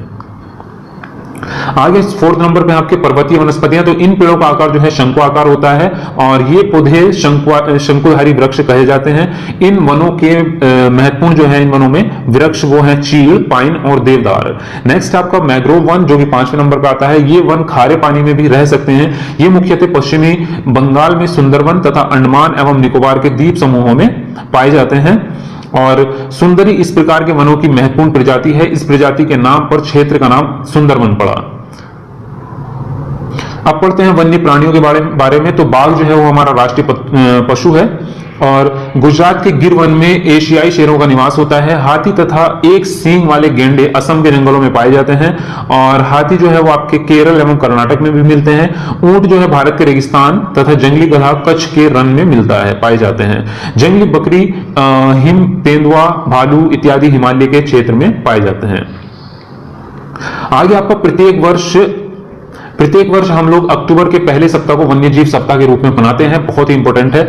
कुछ पक्षी जैसे कि pelican, Siberian crane, stork, flamingo, pintail, बत्तख, करिलियो इत्यादि प्रत्येक वर्ष सर्दी के मौसम में हमारे देश में आते हैं। और साइबेरियन क्रेन जो है वो साइबेरिया से दिसंबर के महीने में आते हैं तथा मार्च के आरंभ तक यहाँ पे रहते हैं भारत में। तो फ्रेंड्स यहां से आपका स्टार्ट हो जाता है कक्षा 7 का। तो कक्षा 6 के चैप्टर जो है कंप्लीट हो चुके हैं आपके, और यहां पे स्टार्ट करते हैं कक्षा 7 का पर्यावरण। हमारा पर्यावरण जो है इसका नाम है, भूगोल की जो पुस्तक है आपकी कक्षा 7 की। तो इसमें कर लेते हैं थोड़ा सा, बाकी करेंगे आगे। तो देखते हैं पहला ही चैप्टर जो है पर्यावरण के बारे में, तो बहुत ही बेसिक चैप्टर उन्होंने शुरू में जोड़ा है। तो इसमें 2-4 तथ्य देख लेते हैं जो मोस्ट इंपोर्टेंट है, बाकी तो इतना ज्यादा इसमें नहीं है क्योंकि इसमें नॉर्मल चीजें हैं। तो किसी भी जीवित प्राणी के चारों ओर पाए जाने वाले लोग, स्थान, वस्तुएं एवं प्रकृति को पर्यावरण कहते हैं। यह प्राकृतिक एवं मानव निर्मित परिघटनाओं का मिश्रण है। प्राकृतिक पर्यावरण में पृथ्वी पर पाई जाने वाली जीवित एवं अजीवीय दोनों परिस्थितियां सम्मिलित हैं। आगे परितंत्र के बारे में उन्होंने दिया है। तो पारितंत्र क्या होता है? जीवधारियों का आपसी संबंध एवं अपने आसपास के पर्यावरण के बीच का संबंध ही पारितंत्र का निर्माण करता है। तो इसके बारे में तो इतना ही। बाकी पर्यावरण होता क्या है ये आप सब लोग जानते हैं, बेसिकली बहुत ही सिंपल चीज है। नेक्स्ट आपका चैप्टर है इसमें हमारी पृथ्वी के अंदर। तो ये बहुत ही मोस्ट चैप्टर है आपका और इसको जानना भी बहुत जरूरी है। इससे लास्ट ईयर भी प्रश्न बना था आपका। पृथ्वी की सतह की सबसे ऊपरी परत को पर्पटी कहते हैं। यह सबसे पतली होती है। यह महाद्वीपीय सनहती में 35 किलोमीटर एवं समुद्री सतह में केवल 5 किलोमीटर है। तो महाद्वीपीय सनहती मुख्य रूप से सिलिका एवं एल्यूमिना जैसे खनिजों से बनती है और इसलिए इसे सीएल कहते हैं, कहा जाता है। महासागर की परपटी सिलिका एवं मैग्नीशियम की बनी होती है, इसलिए इसे सी में कहा जाता है। मतलब सी से जो हो गया वो आपका सिलिका हो गया और में से हो गया मैग्नीशियम। इसी प्रकार से सीएल का मतलब है सी से हो गया सिलिका और एल से हो गया आपका एल्यूमिना। तो इस हिसाब से ये शॉर्ट फॉर्म बनाई गई है इनकी। उसके बाद जो है पर्वती के ठीक नीचे मेंटल होता है जो 2900 किलोमीटर की गहराई तक फैला है। इसकी सबसे आंतरिक परत क्रोड कहलाती है जिसकी त्रिज्या जो है लगभग 3500 किलोमीटर है। यह मुख्यतः निकल एवं लोहे की बनी होती है तथा इसे निफे कहा जाता है। निफोर से निकल और फे से हो जाता है आपका फेरस। तो केंद्रीय क्रोड का तापमान एवं दाब काफी उच्च रहता है। आगे बात कर रहे हैं ये शैल और खनिज की। तो पृथ्वी की परपटी अनेक प्रकार की शैलों से बनी होती है और पृथ्वी की परपटी बनाने वाले खनिज पदार्थ के किसी भी प्राकृतिक पिंड को क्या कहते हैं? शैल कहते हैं। मुख्य रूप से शैल को जो है 3 भागों में बांटा गया, मतलब 3 प्रकारों में विभाजित किया गया है। आग्नेय शैल होता है, अवसादी शैल और कायांतरित शैल। इंग्लिश में अगर इसको देखें, इग्नियस, सेडिमेंट्री और आपका मेटामॉर्फिक। तो यहां पे दिया है आपका द्रवित मैग्मा इकट्ठा ठंडा होकर ठोस हो जाता है। इस प्रकार बने शैल को क्या कहते हैं? आग्नेय शैल कहते हैं। इन्हें प्राथमिक शैल भी कहा जाता है। आग्नेय शैल 2 प्रकार के होते हैं, अंतर्भेदी शैल एवं बहिर्भेदी शैल। और जब द्रवित लावा पृथ्वी की सतह पर आता है यह तेजी से ठंडा होकर जम जाता है। इस प्रकार बने शैल को बहिर्भेदी शैल कहते हैं तथा कभी कभी द्रवित मैग्मा भूपर्पटी के अंदर गहराई में ही ठंडा हो जाता है। तो इस प्रकार के बने शैल को क्या कहते हैं? अंतर्भेदी शैल कहते हैं। शैल लुढ़ककर, चटककर या एक दूसरे से टकराकर छोटे छोटे टुकड़ों में टूट जाते हैं। तो इन छोटे कणों को क्या कहते हैं? अवसाद कहते हैं। तो बिल्कुल एक एक पॉइंट को याद रखें आप इनको। एक शैल से दूसरी शैल में परिवर्तित होने की प्रक्रिया को शैल चक्र कहते हैं। तो ये आपका यहाँ पे चैप्टर नंबर 3 स्टार्ट होता है, हमारी बदलती पृथ्वी। तो फर्स्ट यहाँ पे ऑप्शन है ज्वालामुखी के बारे में पॉइंट है। भूपर्पटी पर एक खुला ऐसा छिद्र होता है जिससे पिघले हुए पदार्थ अचानक निकलते हैं। आगे पॉइंट आपका स्थलमंडलीय प्लेटों के गति करने पर पृथ्वी की सतह पर कंपन होते हैं। यह कंपन पृथ्वी के चारों ओर गति कर सकता है। इस कंपन को क्या कहते हैं? भूकंप कहते हैं। आगे नेक्स्ट आपका पॉइंट है यहाँ पे, भूपर्पटी के नीचे वह स्थान जो कंपन आरंभ होता है उद्गम केंद्र कहलाता है और उद्गम केंद्र के भू सतह पर उसके निकटतम स्थान को अधिकेंद्र कहते हैं। आगे आपका नेक्स्ट पॉइंट है, भूकंप का मापन एक यंत्र से किया जाता है जिसे भूकंप लेखी कहते हैं। आगे आपका पॉइंट है, आगे दिया है मुख्य स्थलाकृतियों के बारे में ये कह रहे हैं। तो फर्स्ट पॉइंट है, पृथ्वी की सतह पर शैलों के टूटने से अपक्षय की क्रिया होती है। भूदृश्य पर जल, पवन एवं हिम जैसे विभिन्न घटकों के द्वारा होने वाले क्षय को अपर्दन कहते हैं। तो ये भी पूछता है कभी कभी वो इस तरह से, अपर्दन ऑप्शन में देगा और नीचे मतलब प्रश्न में देगा और नीचे आपको ऑप्शन दे देगा इस टाइप के। तो जब नदी किसी खड़े ढाल वाले स्थान से अत्यधिक कठोर शैल या खड़े ढाल वाली घाटी से गिरती है तो यह जल प्रताप कहलाती है। आगे है आपका नेक्स्ट पॉइंट, जब नदी मैदानी क्षेत्र में प्रवेश करती है तो वह मोड़दार मार्ग बनने लगता है।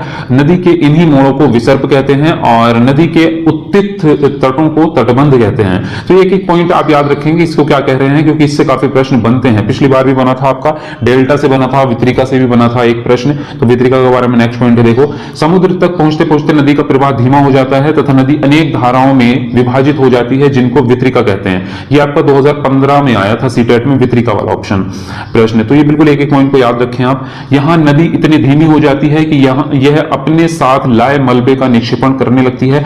प्रत्येक वितरिका अपने मुहाने का निर्माण करती है। सभी मुहानों के अवसादों के संग्रह से डेल्टा का निर्माण होता है। आगे है आपका समुद्र तरंग के कार्य क्या क्या होते हैं। तो समुद्री तरंग के अपर्दन एवं निक्षेपण तटीय स्थलाकृति बनाती हैं। समुद्री तरंगें लगातार शैलों से टकराती हैं जिससे दरार विकसित होती है। समय के साथ ये बड़ी और चौड़ी हो जाती हैं, इन्हें समुद्री गुफा कहते हैं। और फिर क्या होता है कि इन गुफाओं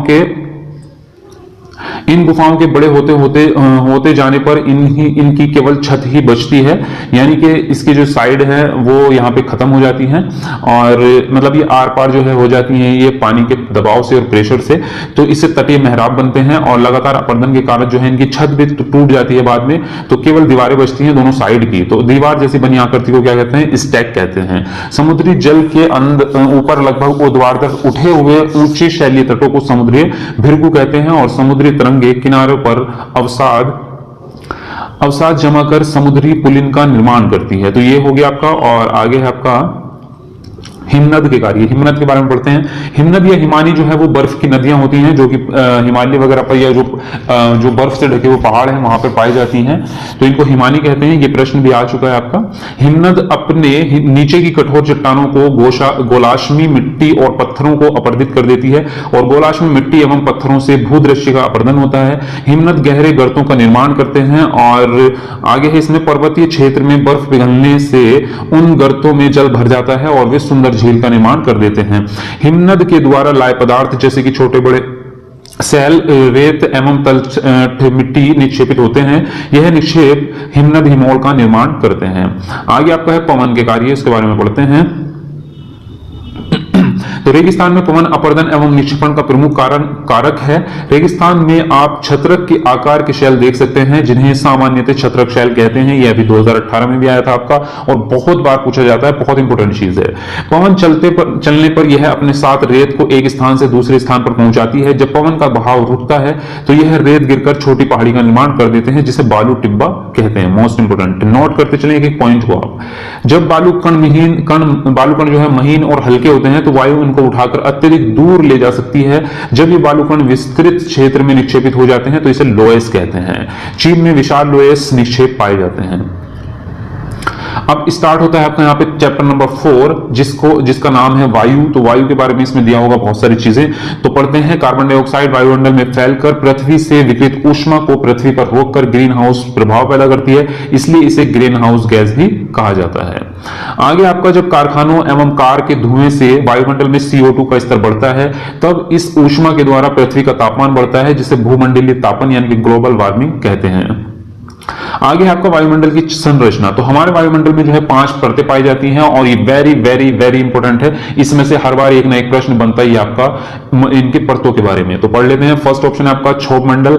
यह परत वायुमंडल की सबसे महत्वपूर्ण परत है। इसकी औसत ऊंचाई जो है 13 किलोमीटर है। हम इसी मंडल में मौजूद वायु में सांस लेते हैं। मौसम की लगभग सभी घटनाएं जैसे कि वर्षा, कोहरा, ओलावर्षण ये सब इसी परत के अंदर होती हैं। नेक्स्ट जो दूसरी होती है आपकी वो होती है समताप मंडल, जो कि आपकी क्षोभ मंडल के ऊपर का भाग समताप मंडल कहलाता है। यह लगभग 50 किलोमीटर तक की ऊंचाई तक फैली होती है और यह परत बादलों एवं मौसम संबंधी घटनाओं से लगभग मुक्त होती है। इसके फलस्वरूप यहाँ की परिस्थितियां हवाई जहाज उड़ाने के लिए आदर्श होती हैं। तो ये बार बार पूछता है वो आपसे कि हवाई जहाज जो है कौन से मंडल में उड़ाया जाता है, तो वो समताप मंडल में।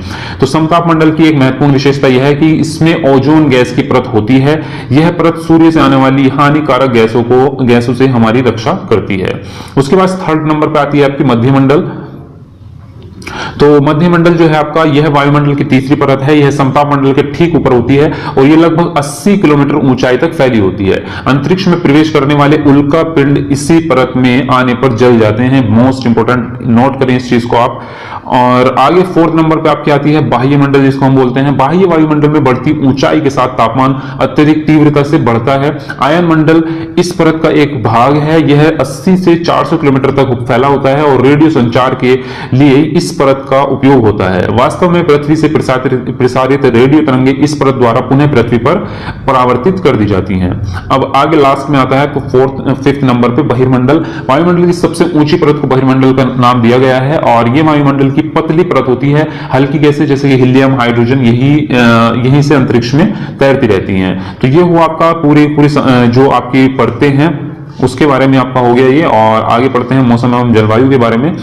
तो सूर्य से आने वाली वह ऊर्जा जिसे पृथ्वी रोक लेती है वो आतपन कहलाती है और आतपन की मात्रा भूमध्य रेखा से ध्रुवों की ओर घटती है। तो जैसे कि आप जानते हैं भूमध्य रेखा पर सबसे ज्यादा गर्मी होती है और जो आपके ध्रुव होते हैं वहां पे बर्फ पड़ी रहती है, बिल्कुल 12 महीने वहां पे हमेशा जो है ठंड ही रहती है, बर्फ जमी रहती है।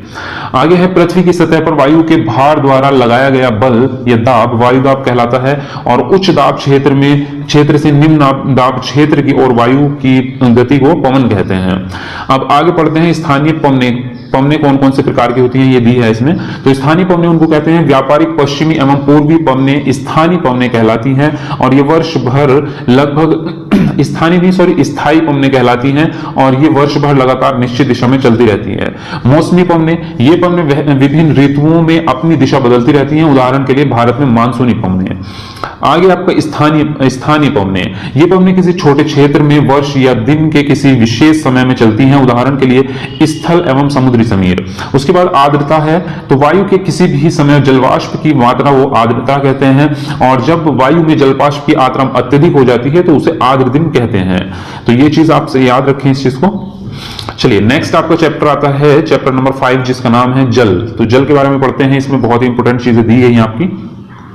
लवणता 1000 ग्राम जल में मौजूद नमक की मात्रा होती है। महासागर की औसत लवणता 35 भाग प्रति 1000 ग्राम होती है। ये आपका जो प्रश्न आ भी चुका है, काफी इंपोर्टेंट है कि लवणता जो नापी जाती है वो किस तरह से मापी जाती है। तो उसमें ऑप्शन में दिया था 1000 ग्राम, 100 ग्राम और 10 ग्राम इस तरह से दिए थे। तो उसमें आप ध्यान रखें कि 1000 ग्राम जल में मौजूद नमक को जो है इस तरह से लवणता मापी जाती है 1000 ग्राम में। और यह भी बनता है कि महासागर की औसत लवणता कितनी होती है, तो यह भी 35,000 होती है, 35 भाग प्रति 1000। ये भी आपका 2014 में आ चुका है 35 भाग वाला। चलिए नेक्स्ट आगे है आपका इजराइल के मृत सागर में 340 ग्राम प्रति लीटर लवणता होती है। तैराक इसमें प्लाव कर सकते हैं और क्योंकि नमक की अधिकता से इसे सघन बना देते हैं। यानी कि इसमें मृत सागर जिसको हम कहते हैं, तो इसमें जो है अगर आप 1 लीटर उसका जल निकालोगे तो उसमें 340 ग्राम लगभग जो है उसमें नमक निकल जाएगा। इतनी ज्यादा लवणता उसके अंदर पाई जाती है आपकी, तो इसलिए जो है उसमें कोई डूबता भी नहीं है, वो बहुत ज्यादा खारा होता है इसका पानी। आगे आपका ज्वार भाटा के बारे में दिया है इन्होंने। दिन में 2 बार नियम से महासागर के जल का उठना एवं गिरना ज्वार भाटा कहलाता है। जब सर्वाधिक ऊंचाई तक उठकर जल तट के बड़े हिस्से को डुबो देता है तो उसे ज्वार कहते हैं और जब अपने निम्न स्तर पर आ जाता है एवं तट के पीछे चला जाता है तो उसे भाटा कहते हैं। तो इस चीज को समझिए आप लोग। और आगे दिया है आपका सूर्य एवं चंद्रमा के शक्तिशाली गुरुत्वाकर्षण बल के कारण पृथ्वी की सतह पर ज्वार भाटे आते हैं। जब पृथ्वी का जल चंद्रमा के निकट होता है तो उस पर जो है उस समय चंद्रमा के गुरुत्वाकर्षण बल से जल अभिकृषित हो जाता है, जिसके कारण उच्च ज्वार आते हैं। और उसके बाद पूर्णिमा एवं अमावस्या के दिनों में सूर्य, चंद्रमा एवं पृथ्वी तीनों एक सीध में होते हैं और इस समय सबसे ऊंचे ज्वार उठते हैं। जिसे वृहत ज्वार कहा जाता है। ये इंपॉर्टेंट है बहुत ज्यादा, कई बार आ भी चुका है कि जब सूर्य और चंद्रमा और पृथ्वी तीनों एक सहित में होते हैं तो किस प्रकार के ज्वार उठते हैं, तो वृहत ज्वार उठते हैं सबसे ऊंचे। लेकिन जब चांद अपने प्रथम एवं अंतिम चतुर्थांश में होता है तो पृथ्वी एवं सूर्य का गुरुत्वाकर्षण बल जो है विपरीत दिशाओं में महासागरीय जल पर पड़ता है, ऐसे ज्वार को लघु ज्वार भाटा कहते हैं। आगे आपका उच्च ज्वार जो है वो नौ संचालन में सहायक होता है। ये जल स्तर को तट की ऊंचाई तक पहुंचाता है और ये ज्वार जो है ये जहाज को बंदरगाह तक पहुंचाने में भी सहायक होते हैं और उच्च ज्वार जो होते हैं वो मछली पकड़ने में भी मदद करते हैं। तो ये चीजें आप बिल्कुल याद रखेंगे, बेहतर रखेंगे। चलिए, तो महासागरीय धाराएं हैं आगे। तो महासागरीय धाराएं जो है वो निश्चित दिशा में महासागरीय सतह पर नियमित रूप से बहने वाली जल की धाराएं होती हैं और महासागरीय धाराएं ठंडी या गर्म हो सकती हैं। और आगे दिया है इन्होंने सामान्यतः गर्म महासागरीय धाराएं भूमध्य रेखा के निकट उत्पन्न होती है एवं ध्रुवों की ओर प्रवाहित होती है। ठंडी धाराएं ध्रुवों या उच्च अक्षांशों से उच्च कटिबंधीय या निम्न अक्षांशों की ओर प्रवाहित होती हैं। और आगे दिया है आपका लैब्राडोर महासागरीय धाराएं शीत जल धाराएं होती हैं, जबकि गल्फ स्ट्रीम महासागरीय धाराएं जो होती हैं वो आपकी गर्म जल धाराएं होती हैं। ये भी क्वेश्चन आपका आ चुका है पेपर में, तो इसको भी मोस्ट इंपोर्टेंट याद रखें। महासागरीय धाराएं किसी क्षेत्र के तापमान को प्रभावित करती हैं। गर्म धाराओं से स्थलीय सतह का तापमान गर्म हो जाता है। जिस स्थान पर गर्म एवं शीत जल धाराएं मिलती हैं वह स्थान विश्व भर में सर्वोत्तम मत्स्यन क्षेत्र माना जाता है, यानी कि वहां पर मछली पालन जो है बहुत बेहतर हो सकता है। जापान के आसपास एवं उत्तरी अमेरिका के पूर्वी तट इसके कुछ मुख्य उदाहरण हैं। आगे आपका जहां गर्म एवं ठंडी जलधाराएं मिलती हैं वहां कोहरे वाला मौसम बनता है। इसके फलस्वरूप नौ संचालन में बाधा उत्पन्न होती है। तो ये हो गया आपका यहाँ पे चैप्टर फिनिश हो चुका है और नेक्स्ट आपका चैप्टर होगा यहाँ पे अध्याय 6 प्राकृतिक वनस्पति एवं वन्यजीव। तो चलिए स्टार्ट करते हैं और देखते हैं इसको। तो फर्स्ट पे दिया इन्होंने उष्ण कटिबंधीय सदाबहार वन। इन वनों को जो है आपको उष्ण कटिबंधीय वर्षावन भी कहा जाता है। इनके बारे में हम पीछे पढ़ चुके हैं, यानी कि अभी लास्ट चैप्टर में इसके बारे में डिटेल से आया था, तो वहां से हम इसको कर चुके हैं, इसलिए यहाँ पे ज्यादा डिटेल की जरूरत नहीं है। आगे आपका उष्ण कटिबंधीय पर्णपाती वन, ये भारत, उत्तरी ऑस्ट्रेलिया एवं मध्य अमेरिका में पाए जाते हैं। आगे आपका शीतोष्ण सदाबहार वन। शीतोष्ण सदाबहार वन मध्य अक्षांश के तटीय प्रदेशों में स्थित है। ये सामान्यतः महाद्वीपों के पूर्वी किनारे पर पाए जाते हैं, जैसे दक्षिण पूर्वी अमेरिका, दक्षिण चीन एवं दक्षिण पूर्वी ब्राजील। यहाँ ब्रांज, चीड़ और यूकेलिप्टस जैसे दृढ़ एवं मुलायम दोनों प्रकार के पेड़ पाए जाते हैं। तो बिल्कुल यहाँ पे जो है दोनों चीजें इंपॉर्टेंट है आपकी। सबसे पहली चीज तो है आपके पेड़ कौन कौन से हैं, और दूसरी चीज है आपकी जो जगह का नाम है कि कहां पे पाया जा रहा है। इससे सबसे ज्यादा प्रश्न बनते हैं आपके। शीतोष्ण पर्णपाती वन उच्च अक्षांश की ओर बढ़ने पर अधिक शीतोष्ण पर्णपाती वन मिलते हैं। ये उत्तर पूर्वी अमेरिका, चीन, न्यूजीलैंड, चिली एवं पश्चिमी यूरोप के तटीय प्रदेशों में पाए जाते हैं। ये अपनी पत्तियां शुष्क मौसम में झाड़ देते हैं। यहाँ पाए जाने वाले पेड़ हैं आपके बांज, ऐश और आपका बीच आदि। हिरन, लोमड़ी, भेड़िया यहाँ के आम जानवर है। फिजेंट तथा मोनाल जैसे पक्षी भी यहाँ पर पाए जाते हैं। आपके आगे है आपका भूमध्य सागरीय वनस्पति। महाद्वीपों के पश्चिमी एवं पश्चिमी किनारे भिन्न है। यहाँ भूमध्य सागरीय वनस्पतियां पाई जाती हैं। यह अधिकतर यूरोप, अफ्रीका, एशिया के भूमध्य सागर के समीप वाले प्रदेशों में पाई जाती हैं और इसलिए इनका नाम यह पड़ा।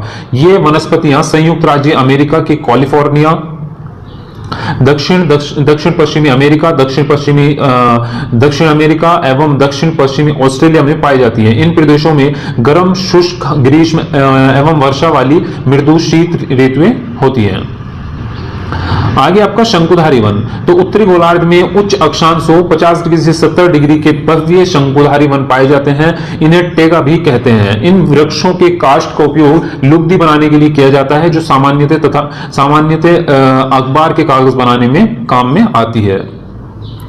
नरम काष्ठ होती है उसका उपयोग माचिस एवं पैकिंग के लिए बक्से बनाने के लिए भी किया जाता है। चीड़, देवदार आदि इन वनों के मुख्य पेड़ हैं। आगे अब आते हैं आपके घास स्थल। तो ये बहुत ही ज्यादा इंपॉर्टेंट है और इससे बहुत ज्यादा प्रश्न बनते हैं आपके कई बार। उष्ण कटिबंधीय घास स्थल मतलब कई प्रकार के हैं, तो उसको देख लेते हैं। उष्ण कटिबंधीय घास स्थल, ये वन भूमध्य रेखा की किसी भी तरफ उग जाते हैं और भूमध्य रेखा के दोनों ओर से उष्ण कटिबंधीय क्षेत्र तक फैले होते हैं। आगे इसमें दिया है इसी के बारे में, यहाँ वनस्पति की निम्न से मध्य वर्षा वाले क्षेत्रों में पैदा होती है। यह घास काफी ऊंची, लगभग 3 से 4 मीटर की ऊंचाई तक बढ़ जाती है। अफ्रीका का सवाना घास स्थल इसी प्रकार का है और सामान्य रूप से उष्णकटिबंधीय घास स्थल में हाथी, जेब्रा, जिराफ, हिरन, तेंदुआ आदि पाए जाते हैं। आगे है आपका शीतोष्ण घास स्थल। तो ये जो है आपके मध्य अक्षांशीय क्षेत्रों और महाद्वीपों के भीतरी भागों में पाए जाते हैं। यहाँ की घास आमतौर पर छोटी और पौष्टिक होती है। शीतोष्ण प्रदेशों में सामान्यतः जंगली भैंस, बाइसन, एंटीलोप पाए जाते हैं। आगे है आपका ध्रुवीय प्रदेशों में केवल काई, लाइकेन एवं छोटी झाड़ियां पाई जाती हैं। ये अल्पकालीन ग्रीष्म ऋतु के दौरान उग जाती हैं। इसे टुंड्रा प्रकार की वनस्पति कहा जाता है। ये वनस्पतियां यूरोप, एशिया, उत्तरी अमेरिका के ध्रुवीय प्रदेशों में पाई जाती हैं। चलिए अब स्टार्ट होता है आपका चैप्टर नंबर 7, जिसका नाम है मानवीय पर्यावरण। उसके अंदर बस्तियां, परिवहन और संचार के बारे में हम पढ़ेंगे। तो फर्स्ट पॉइंट है इसके बारे में, भूमिगत सड़कों को भूमिगत मार्ग, सबवे कहते हैं। आगे है आपका ट्रांस साइबेरियन रेल मार्ग, विश्व में सबसे लंबा रेल मार्ग है जो पश्चिमी रूस से सेंट पीटर्सबर्ग से प्रशांत महासागरीय तट पर स्थित व्लादिवोस्तोक तक मतलब है, ये होता है यहां से यहां तक। आगे आपका जलमार्ग सबसे सस्ता साधन है और वायु मार्ग जो है वो सबसे महंगा साधन है आपका। चलिए तो यहाँ पे इसमें इतना ही काफी था, इससे ज्यादा इंपॉर्टेंट इसमें कुछ था नहीं। तो चैप्टर नंबर 8 स्टार्ट होता है, मानव पर्यावरण, अन्योन्य क्रिया, उष्ण कटिबंधीय एवं उपोष्ण प्रदेश। तो फर्स्ट है अमेजन बेसिन में जीवन। तो इसके बारे में देखते हैं, काफी इंपॉर्टेंट है। यह उष्ण कटिबंधीय प्रदेश कर्क रेखा और मकर रेखा के मध्य स्थित है। भूमध्य रेखा के 10 डिग्री उत्तर एवं 10 डिग्री पश्चिम के मध्य भाग को भूमध्य रेखीय प्रदेश कहते हैं। अमेजन नदी इस प्रदेश से होकर बहती है। आगे आपका जिस स्थान पर कोई नदी किसी अन्य जलराशि से मिलती है उसे जो है नदी का मुहाना कहते हैं। अमेजन नदी में बहुत सारी सहायक नदियां मिलकर अमेजन बेसिन का निर्माण करती हैं। आगे है वर्षावन में कुछ परिवार मधुमक्खी के छत्ते के आकार वाले छप्पर के घरों में रहते हैं, जबकि कुछ लोग मोलाका कहे जाने वाले बड़े अपार्टमेंट जैसे घरों में रहते हैं जिनकी छतें तीव्र ढलान वाली होती हैं। 1 वर्ग किलोमीटर क्षेत्र में रहने वाले लोगों की जनसंख्या को जनसंख्या घनत्व कहते हैं। ये बिल्कुल याद रखें आप, ये कई बार पूछ लेता है प्रश्न, जनसंख्या घनत्व से क्या तात्पर्य है। पश्चिम बंगाल एवं असम में चाय के बागान मिलते हैं। बिहार एवं असम के कुछ भागों में सिल्क के कीड़े पर संवर्धन कर सिल्क का उत्पादन किया जाता है। मंद ढलान वाले पर्वतों एवं पहाड़ियों पर वेदिकाओं में फसलें उगाई जाती हैं। आगे आपका गंगा ब्रह्मपुत्र के मैदानों में सागवान, साखू एवं पीपल के साथ उष्ण कटिबंधीय पर्णपाती पेड़ भी पाए जाते हैं। आगे दिया है ब्रह्मपुत्र के मैदानी क्षेत्रों में घने बांस के घने झुरमुट पाए जाते हैं। डेल्टा क्षेत्र मैंग्रोव वन से घिरा है। आगे आपका उत्तराखंड, सिक्किम एवं अरुणाचल प्रदेश की ठंडी जलवायु एवं तीव्र ढाल वाले भागों में चीड़, देवदार एवं फर जैसे शंकुधारी पेड़ पाए जाते हैं। आगे आपका गंगा एवं ब्रह्मपुत्र नदी के जल में एक प्रकार की डॉल्फिन पाई जाती है जिसे स्थानीय भाषा में सुसु अथवा अंधी डॉल्फिन कहा जाता है। तो ये हुआ इसके बारे में। और चलिए नेक्स्ट चैप्टर स्टार्ट होता है आपका चैप्टर नंबर 9, शीतोष्ण घास स्थलों में जीवन। तो फर्स्ट पॉइंट है यहाँ पे आपका पृथ्वी की सतह का लगभग 1/4 हिस्सा घास स्थल है। और ये नाम है यहाँ पे प्रेरी जो है, इसके मतलब ये कौन कौन से घास स्थल हैं इनके बारे में जानकारी जरूरी है। तो फर्स्ट है आपका यहाँ पे दिया है प्रेरी। उत्तर अमेरिका के शीतोष्ण घास स्थल को प्रेरी कहते हैं। ये समतल, मंद ढलान या पहाड़ियों वाले प्रदेश है। प्रेरी प्रदेश में रॉकी पर्वत एवं पूर्व में ग्रेट लेक से घिरा है। आगे इसमें दिया है आपका प्रेरी के घास के मैदान अमेरिका मूल निवासी, जिन्हें रेड इंडियन कहा जाता है, का निवास स्थल रहे हैं। ये लोग इस महाद्वीप के वास्तविक निवासी थे। प्रेरी अन्य आदिवासियों जैसे कि अपाची, क्री तथा पौनी के भी निवास स्थल रहे हैं। आगे आपका दिया है इसमें चिकून एक गर्म पवन है जो शीत ऋतु में बहती है तथा कम समय में ही तापमान बढ़ा देती है। तापमान की वृद्धि के कारण बर्फ पिघलने लगती है तथा पशुओं के चरने के लिए चरागाह उपलब्ध हो जाते हैं। आगे आपका विशाल मवेशी फार्म को रेंच एवं उनकी देखभाल करने वालों को काउबॉय कहते हैं। आगे दिया है आपका बाइसन या अमेरिकन भैंस इस प्रदेश का सबसे महत्वपूर्ण पशु है। आगे आपका वेल्ड, ये भी एक घास स्थल का नाम है। तो दक्षिण अफ्रीका के शीतोष्ण घास स्थल को वेल्ड कहते हैं। यह है डेकेसबर्ग पर्वतों से घिरा है। इसके पश्चिम में कालाहारी रेगिस्तान स्थित है और इसके उत्तर पूर्व में उच्च वेल्ड स्थित है। लाल घास वेल्ड की झाड़ियों में पैदा होती है। मोरिनो भेड़ यहाँ के एक लोकप्रिय प्रजाति है।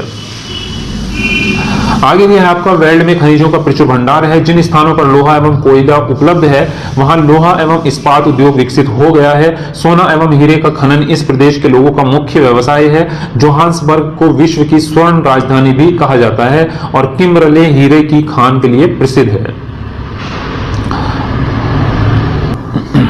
अब स्टार्ट होता है यहाँ पे आपका चैप्टर नंबर 10। तो इसमें देखते हैं रेगिस्तान में जीवन। तो क्या इसमें लिखा है देखते हैं इसके बारे में। फर्स्ट पॉइंट आपका गर्म रेगिस्तान सहारा। तो ये विश्व का सबसे बड़ा रेगिस्तान है। यह लगभग 8.54 लाख किलोमीटर वर्ग किलोमीटर के क्षेत्र में फैला हुआ है। सहारा रेगिस्तान 11 देशों से घिरा है। ये देश यहाँ के अल्जीरिया, चाड, मिस्र, Libya, Mauritania, Morocco, Niger, Sudan, Tunisia एवं पश्चिमी सहारा।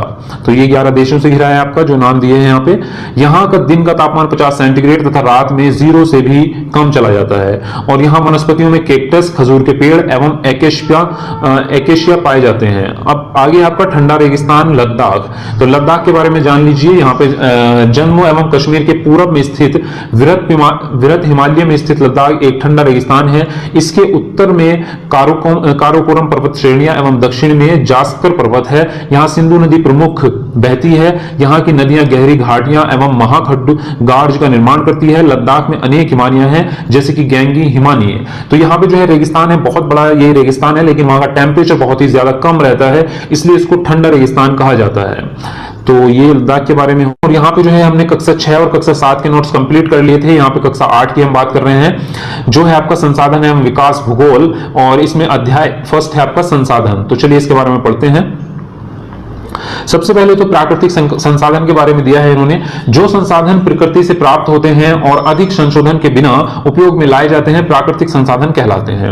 विकास एवं उपयोग के आधार पर संसाधनों को 2 वर्गों में रखा जा सकता है, वास्तविक संसाधन और आपका दूसरा है संभाव्य संसाधन। तो दोनों के बारे में पढ़ते हैं। वास्तविक संसाधन वे संसाधन होते हैं जिनकी मात्रा ज्ञात होती है। इन संसाधनों का इस समय उपयोग किया जा रहा है। जर्मनी के रूर प्रदेश में कोयले, एशिया पश्चिम में खनिज तेल, महाराष्ट्र के दक्कन पठार की काली मिट्टी के भरपूर निक्षेप सभी वास्तविक संसाधन हैं। और संभावी संसाधन किनको कहते हैं? संभावी संसाधन उनको कहते हैं वे संसाधन जिनकी संपूर्ण मात्रा ज्ञात नहीं हो सकती और इनका प्रयोग इस समय नहीं किया जा रहा है। ये चीजें हैं। आगे दिया है आपका जैव और अजैव संसाधन। तो जैव संसाधन सजीव होते हैं तथा अजैव संसाधन निर्जीव वस्तुएं होती है। मृदा, चट्टाने और खनिज अजैव तथा पौधे और जंतु जो है वो जैव संसाधन है। तो जो जीवित हैं उन्हें जैव कहेंगे और जो निर्जीव हैं उन्हें अजैव संसाधन। उसके बाद आता है आपका नवीनीकरण और अनवीनीकरण संसाधन। तो नवीनीकरण जो होते हैं वे संसाधन है जो शीघ्रता से नवीकृत अथवा पुनः पूरित हो सकते हैं, जैसे कि सूर्य ऊर्जा और आपका पवन ऊर्जा। तो इनको जो है दोबारा से बनाया जा सकता है। ये कह सकते हैं हमें दोबारा मिल जाती है कि वो ऊर्जा तो नष्ट होती नहीं है वैसे भी। दूसरा है आपका अनवीनीकरण संसाधन। वे संसाधन होते हैं जिनका भंडार सीमित है, जैसे कि कोयला, पेट्रोलियम, प्राकृतिक गैसें। अगर ये खत्म हो जाएंगी तो हम इन्हें दोबारा बना भी नहीं पाएंगे, क्योंकि ये प्राकृतिक हैं और बिल्कुल जो है इनका अनवीनीकरण होता है, यानी कि ये दोबारा से बनाई नहीं जा सकती। आगे है आपका जो संसाधन सभी जगह पाए जाते हैं, जैसे कि वायु, तो सर्वव्यापक संसाधन भी कहलाते हैं। और वे संसाधन जो कुछ निश्चित स्थानों पर ही पाए जाते हैं उन्हें स्थानिक संसाधन कहते हैं, जैसे कि तांबा और लोहा, अयस्क। तो ये कुछ जगहों पर पाए जाते हैं। आगे आपका मानव निर्मित संसाधन। तो लोग प्राकृतिक संसाधनों का उपयोग पुल, सड़कें, मशीन, वाहन आदि बनाने में करते हैं, जो मानव निर्मित संसाधन के नाम से जाने जाते हैं। यानी कि यूज तो प्राकृतिक संसाधनों का ही हुआ है। मान लीजिए आप लोहे का उपयोग कर रहे हैं, तो लोहा तो प्राकृतिक संसाधन है, लेकिन लोहे के द्वारा जो आप नई नई मशीनें बना रहे हैं, तो जो वो मशीन बनी है वो मानव निर्मित संसाधन में आ गई आपकी। तो जो मानव ने बनाए वो मानव। उसके बाद आता है मानव संसाधन। तो लोग और अधिक संसाधन बनाने के लिए प्रकृति का सबसे अच्छा उपयोग तभी कर सकते हैं जब उनके पास ऐसा करने का ज्ञान, कौशल तथा प्रौद्योगिकी उपलब्ध हो। इसलिए मनुष्य एक विशिष्ट प्रकार का संसाधन है, अतः लोग मानव संसाधन है, यानी कि जो ह्यूमन बीइंग है वो खुद में आप जो उनको मानव संसाधन आप कह सकते हैं। चैप्टर नंबर 2 स्टार्ट होता है आपका। इसमें दिया है आपका भूमि, मृदा, जल, प्राकृतिक वनस्पति और वन्य जीव संसाधन। तो सबसे पहले पढ़ते हैं भूस्खलन के बारे में। भूस्खलन को सामान्य रूप में शैल, मलबा या ढाल के गिरने से गिरने वाली मिट्टी के बहुत संचालन के रूप में परिभाषित किया जा सकता है। वे प्राय भूकंप, बाढ़, ज्वालामुखी के साथ घटित होते हैं। आगे है मृदा। तो मृदा के बारे में देखिए, पृथ्वी के पृष्ठ पर दानेदार कणों के आवरण की पतली परत मृदा कहलाती है, जो सबसे ऊपर होती है, जो खेती में काम आती है, उसको मेनली कह सकते हैं। और आगे है आपका मृदा संरक्षण की विधियां। फर्स्ट है मल्च बनाना, पौधों के बीच अनावरित भूमि जैसे जैव पदार्थ जैसे प्रवाल से ढक दी जाती है, इससे मृदा की आर्द्रता रुकी रहती है। आगे आपका दूसरी टेक्निक है आपकी वेदिका फॉर्म, ये तीव्र ढालों पर बनाए जाते हैं ताकि सपाट सतह फसल उगाने के लिए उपलब्ध हो जाए, इनसे पृष्ठीय प्रवाह और मृदा अपरदन कम हो सकता है। तीसरी है आपकी समोच्च रेखीय जुताई, तो इसके बारे में देखिए क्या दिया है इन्होंने कि ये एक पहाड़ी ढाल पर समोच्च रेखाओं के समानांतर जुताई ढाल के नीचे बहते जल के लिए एक प्राकृतिक अवरोध का निर्माण करती है। रक्षक मेखलाएं तभी तटीय प्रदेशों और शुष्क प्रदेशों में पवन गति रोकने के लिए वृक्ष कतारों में लगाए जाते हैं ताकि मृदा आवरण को बचाया जा सके। आगे है आपका समोच्च रेखीय रोधिकाएं, तो समोच्च रेखाओं पर रोधिकाओं बनाने के लिए पत्थरों, घास, मृदा का मैदान आदि मृदा का उपयोग किया जाता है। रोधिकाओं के सामने जल एकत्रित करने के लिए खाइयां बनाई जाती हैं। तो ये सब तरीके हैं आपके। और आपका चट्टान बांध, यह जल के प्रवाह को कम करने के लिए बनाए जाते हैं, यह नालियों की रक्षा करते हैं और मृदा क्षति को रोकते हैं। आगे आपका बीज की फसल उगाना, यानी कि वर्षा दोहन से मृदा को सुरक्षित रखने के लिए अलग अलग समय पर भिन्न भिन्न फसलें एकांतर कतारों में उगाई जाती हैं। तो ये मेथड है आपके जो मृदा अपरदन के लिए रोकने के लिए। आगे तीसरा चैप्टर है आपका खनिज और शक्ति संसाधन, तो खनिजों के प्रकार देखते हैं और बहुत ही इंपॉर्टेंट है। पहला है धात्विक, तो खनिजों में धातु कच्चे रूप में होती है। धातुएं कठोर पदार्थ हैं जो ऊष्मा और विद्युत को संचालित करती हैं और जिनमें द्युति या चमक की विशेषता होती है। लौह अयस्क, बॉक्साइड, मैग्नीज अयस्क इनके प्रमुख उदाहरण हैं। आगे है आपका धात्विक, तो धात्विक खनिज लोहे तथा अलोह हो सकते हैं। लोह खनिजों जैसे लोह अयस्क, मैग्नीज और क्रोमाइट में लोहा होता है। अलोह होते हैं आपके अलोह खनिज में लोहा नहीं होता, किंतु कुछ अन्य धातुएं जैसे कि आपकी सोना, चांदी, तांबा या सीसा हो सकता है। आगे आपका अधात्विक खनिज, तो अधात्विक खनिज में धातुएं नहीं आती बल्कि चूना, पत्थर, अभ्रक और जिप्सम इन खनिजों के उदाहरण हैं। खनिज ईंधन जैसे कि कोयला, पेट्रोलियम आदि भी अधात्विक खनिज हैं आपके। आगे आपका पृथ्वी की सतह के अंदर दबी शैलों से खनिजों का बाहर निकलने की प्रक्रिया खनन कहलाती है। और खनिज जो कम गहराई में स्थित हैं वे पृष्ठीय स्तर को हटाकर निकाले जाते हैं, इसे विवृत खनन कहते हैं। गहन वेधन जिन्हें कूपक कहते हैं, अधिक गहराई में स्थित खनिज निक्षेपों तक पहुंचने के लिए बनाए जाते हैं, इसे कूप की खनन कहते हैं। आगे दिया है आपका यहाँ पे पेट्रोलियम और प्राकृतिक गैसें धरातल के बहुत नीचे पाई जाती हैं, उन्हें बाहर निकालने के लिए गहन कूपों की खुदाई की जाती है, इसे प्रवेदन कहते हैं। और सतह के निकट स्थित खनिजों को जिस प्रक्रिया द्वारा आसानी से खोदकर निकाला जा सके उसे आखनन कहते हैं। तो ये सारी चीजें आप याद करें नोट एक एक पॉइंट को।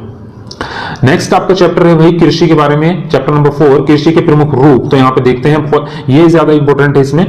एग्रीकल्चर होता है आपका मृदा की जुताई, फसलों को उगाना और पशुपालन का विज्ञान एवं कला है, इसे खेती भी कहते हैं। सेरिकल्चर होता है आपका रेशम की खेती। पीसीकल्चर होता है आपका मत्स्य पालन यानी कि मछली की खेती। और आपका जो है विटिकल्चर होता है जिसको द्राक्षा कृषि भी कहते हैं, अंगूरों की खेती। हार्टिकल्चर जिसको उद्यान कृषि कहते हैं, वो होती है आपकी सब्जियां, फलों और फूलों की खेती। अब आगे बढ़ते हैं कृषि के प्रकार। तो फर्स्ट है आपका निर्वाह कृषि। इस प्रकार की कृषि कृषक परिवार की आवश्यकताओं को पूरा करने के लिए की जाती है। पारंपरिक रूप से कम उपज प्राप्त करने के लिए निम्न स्तरीय प्रौद्योगिकी और पारिवारिक श्रम का उपयोग इसमें किया जाता है। आगे नेक्स्ट है आपका गहन निर्वाह कृषि, यानी कि इसके दो प्रकार हैं निर्वाह कृषि के। तो फर्स्ट है गहन निर्वाह कृषि।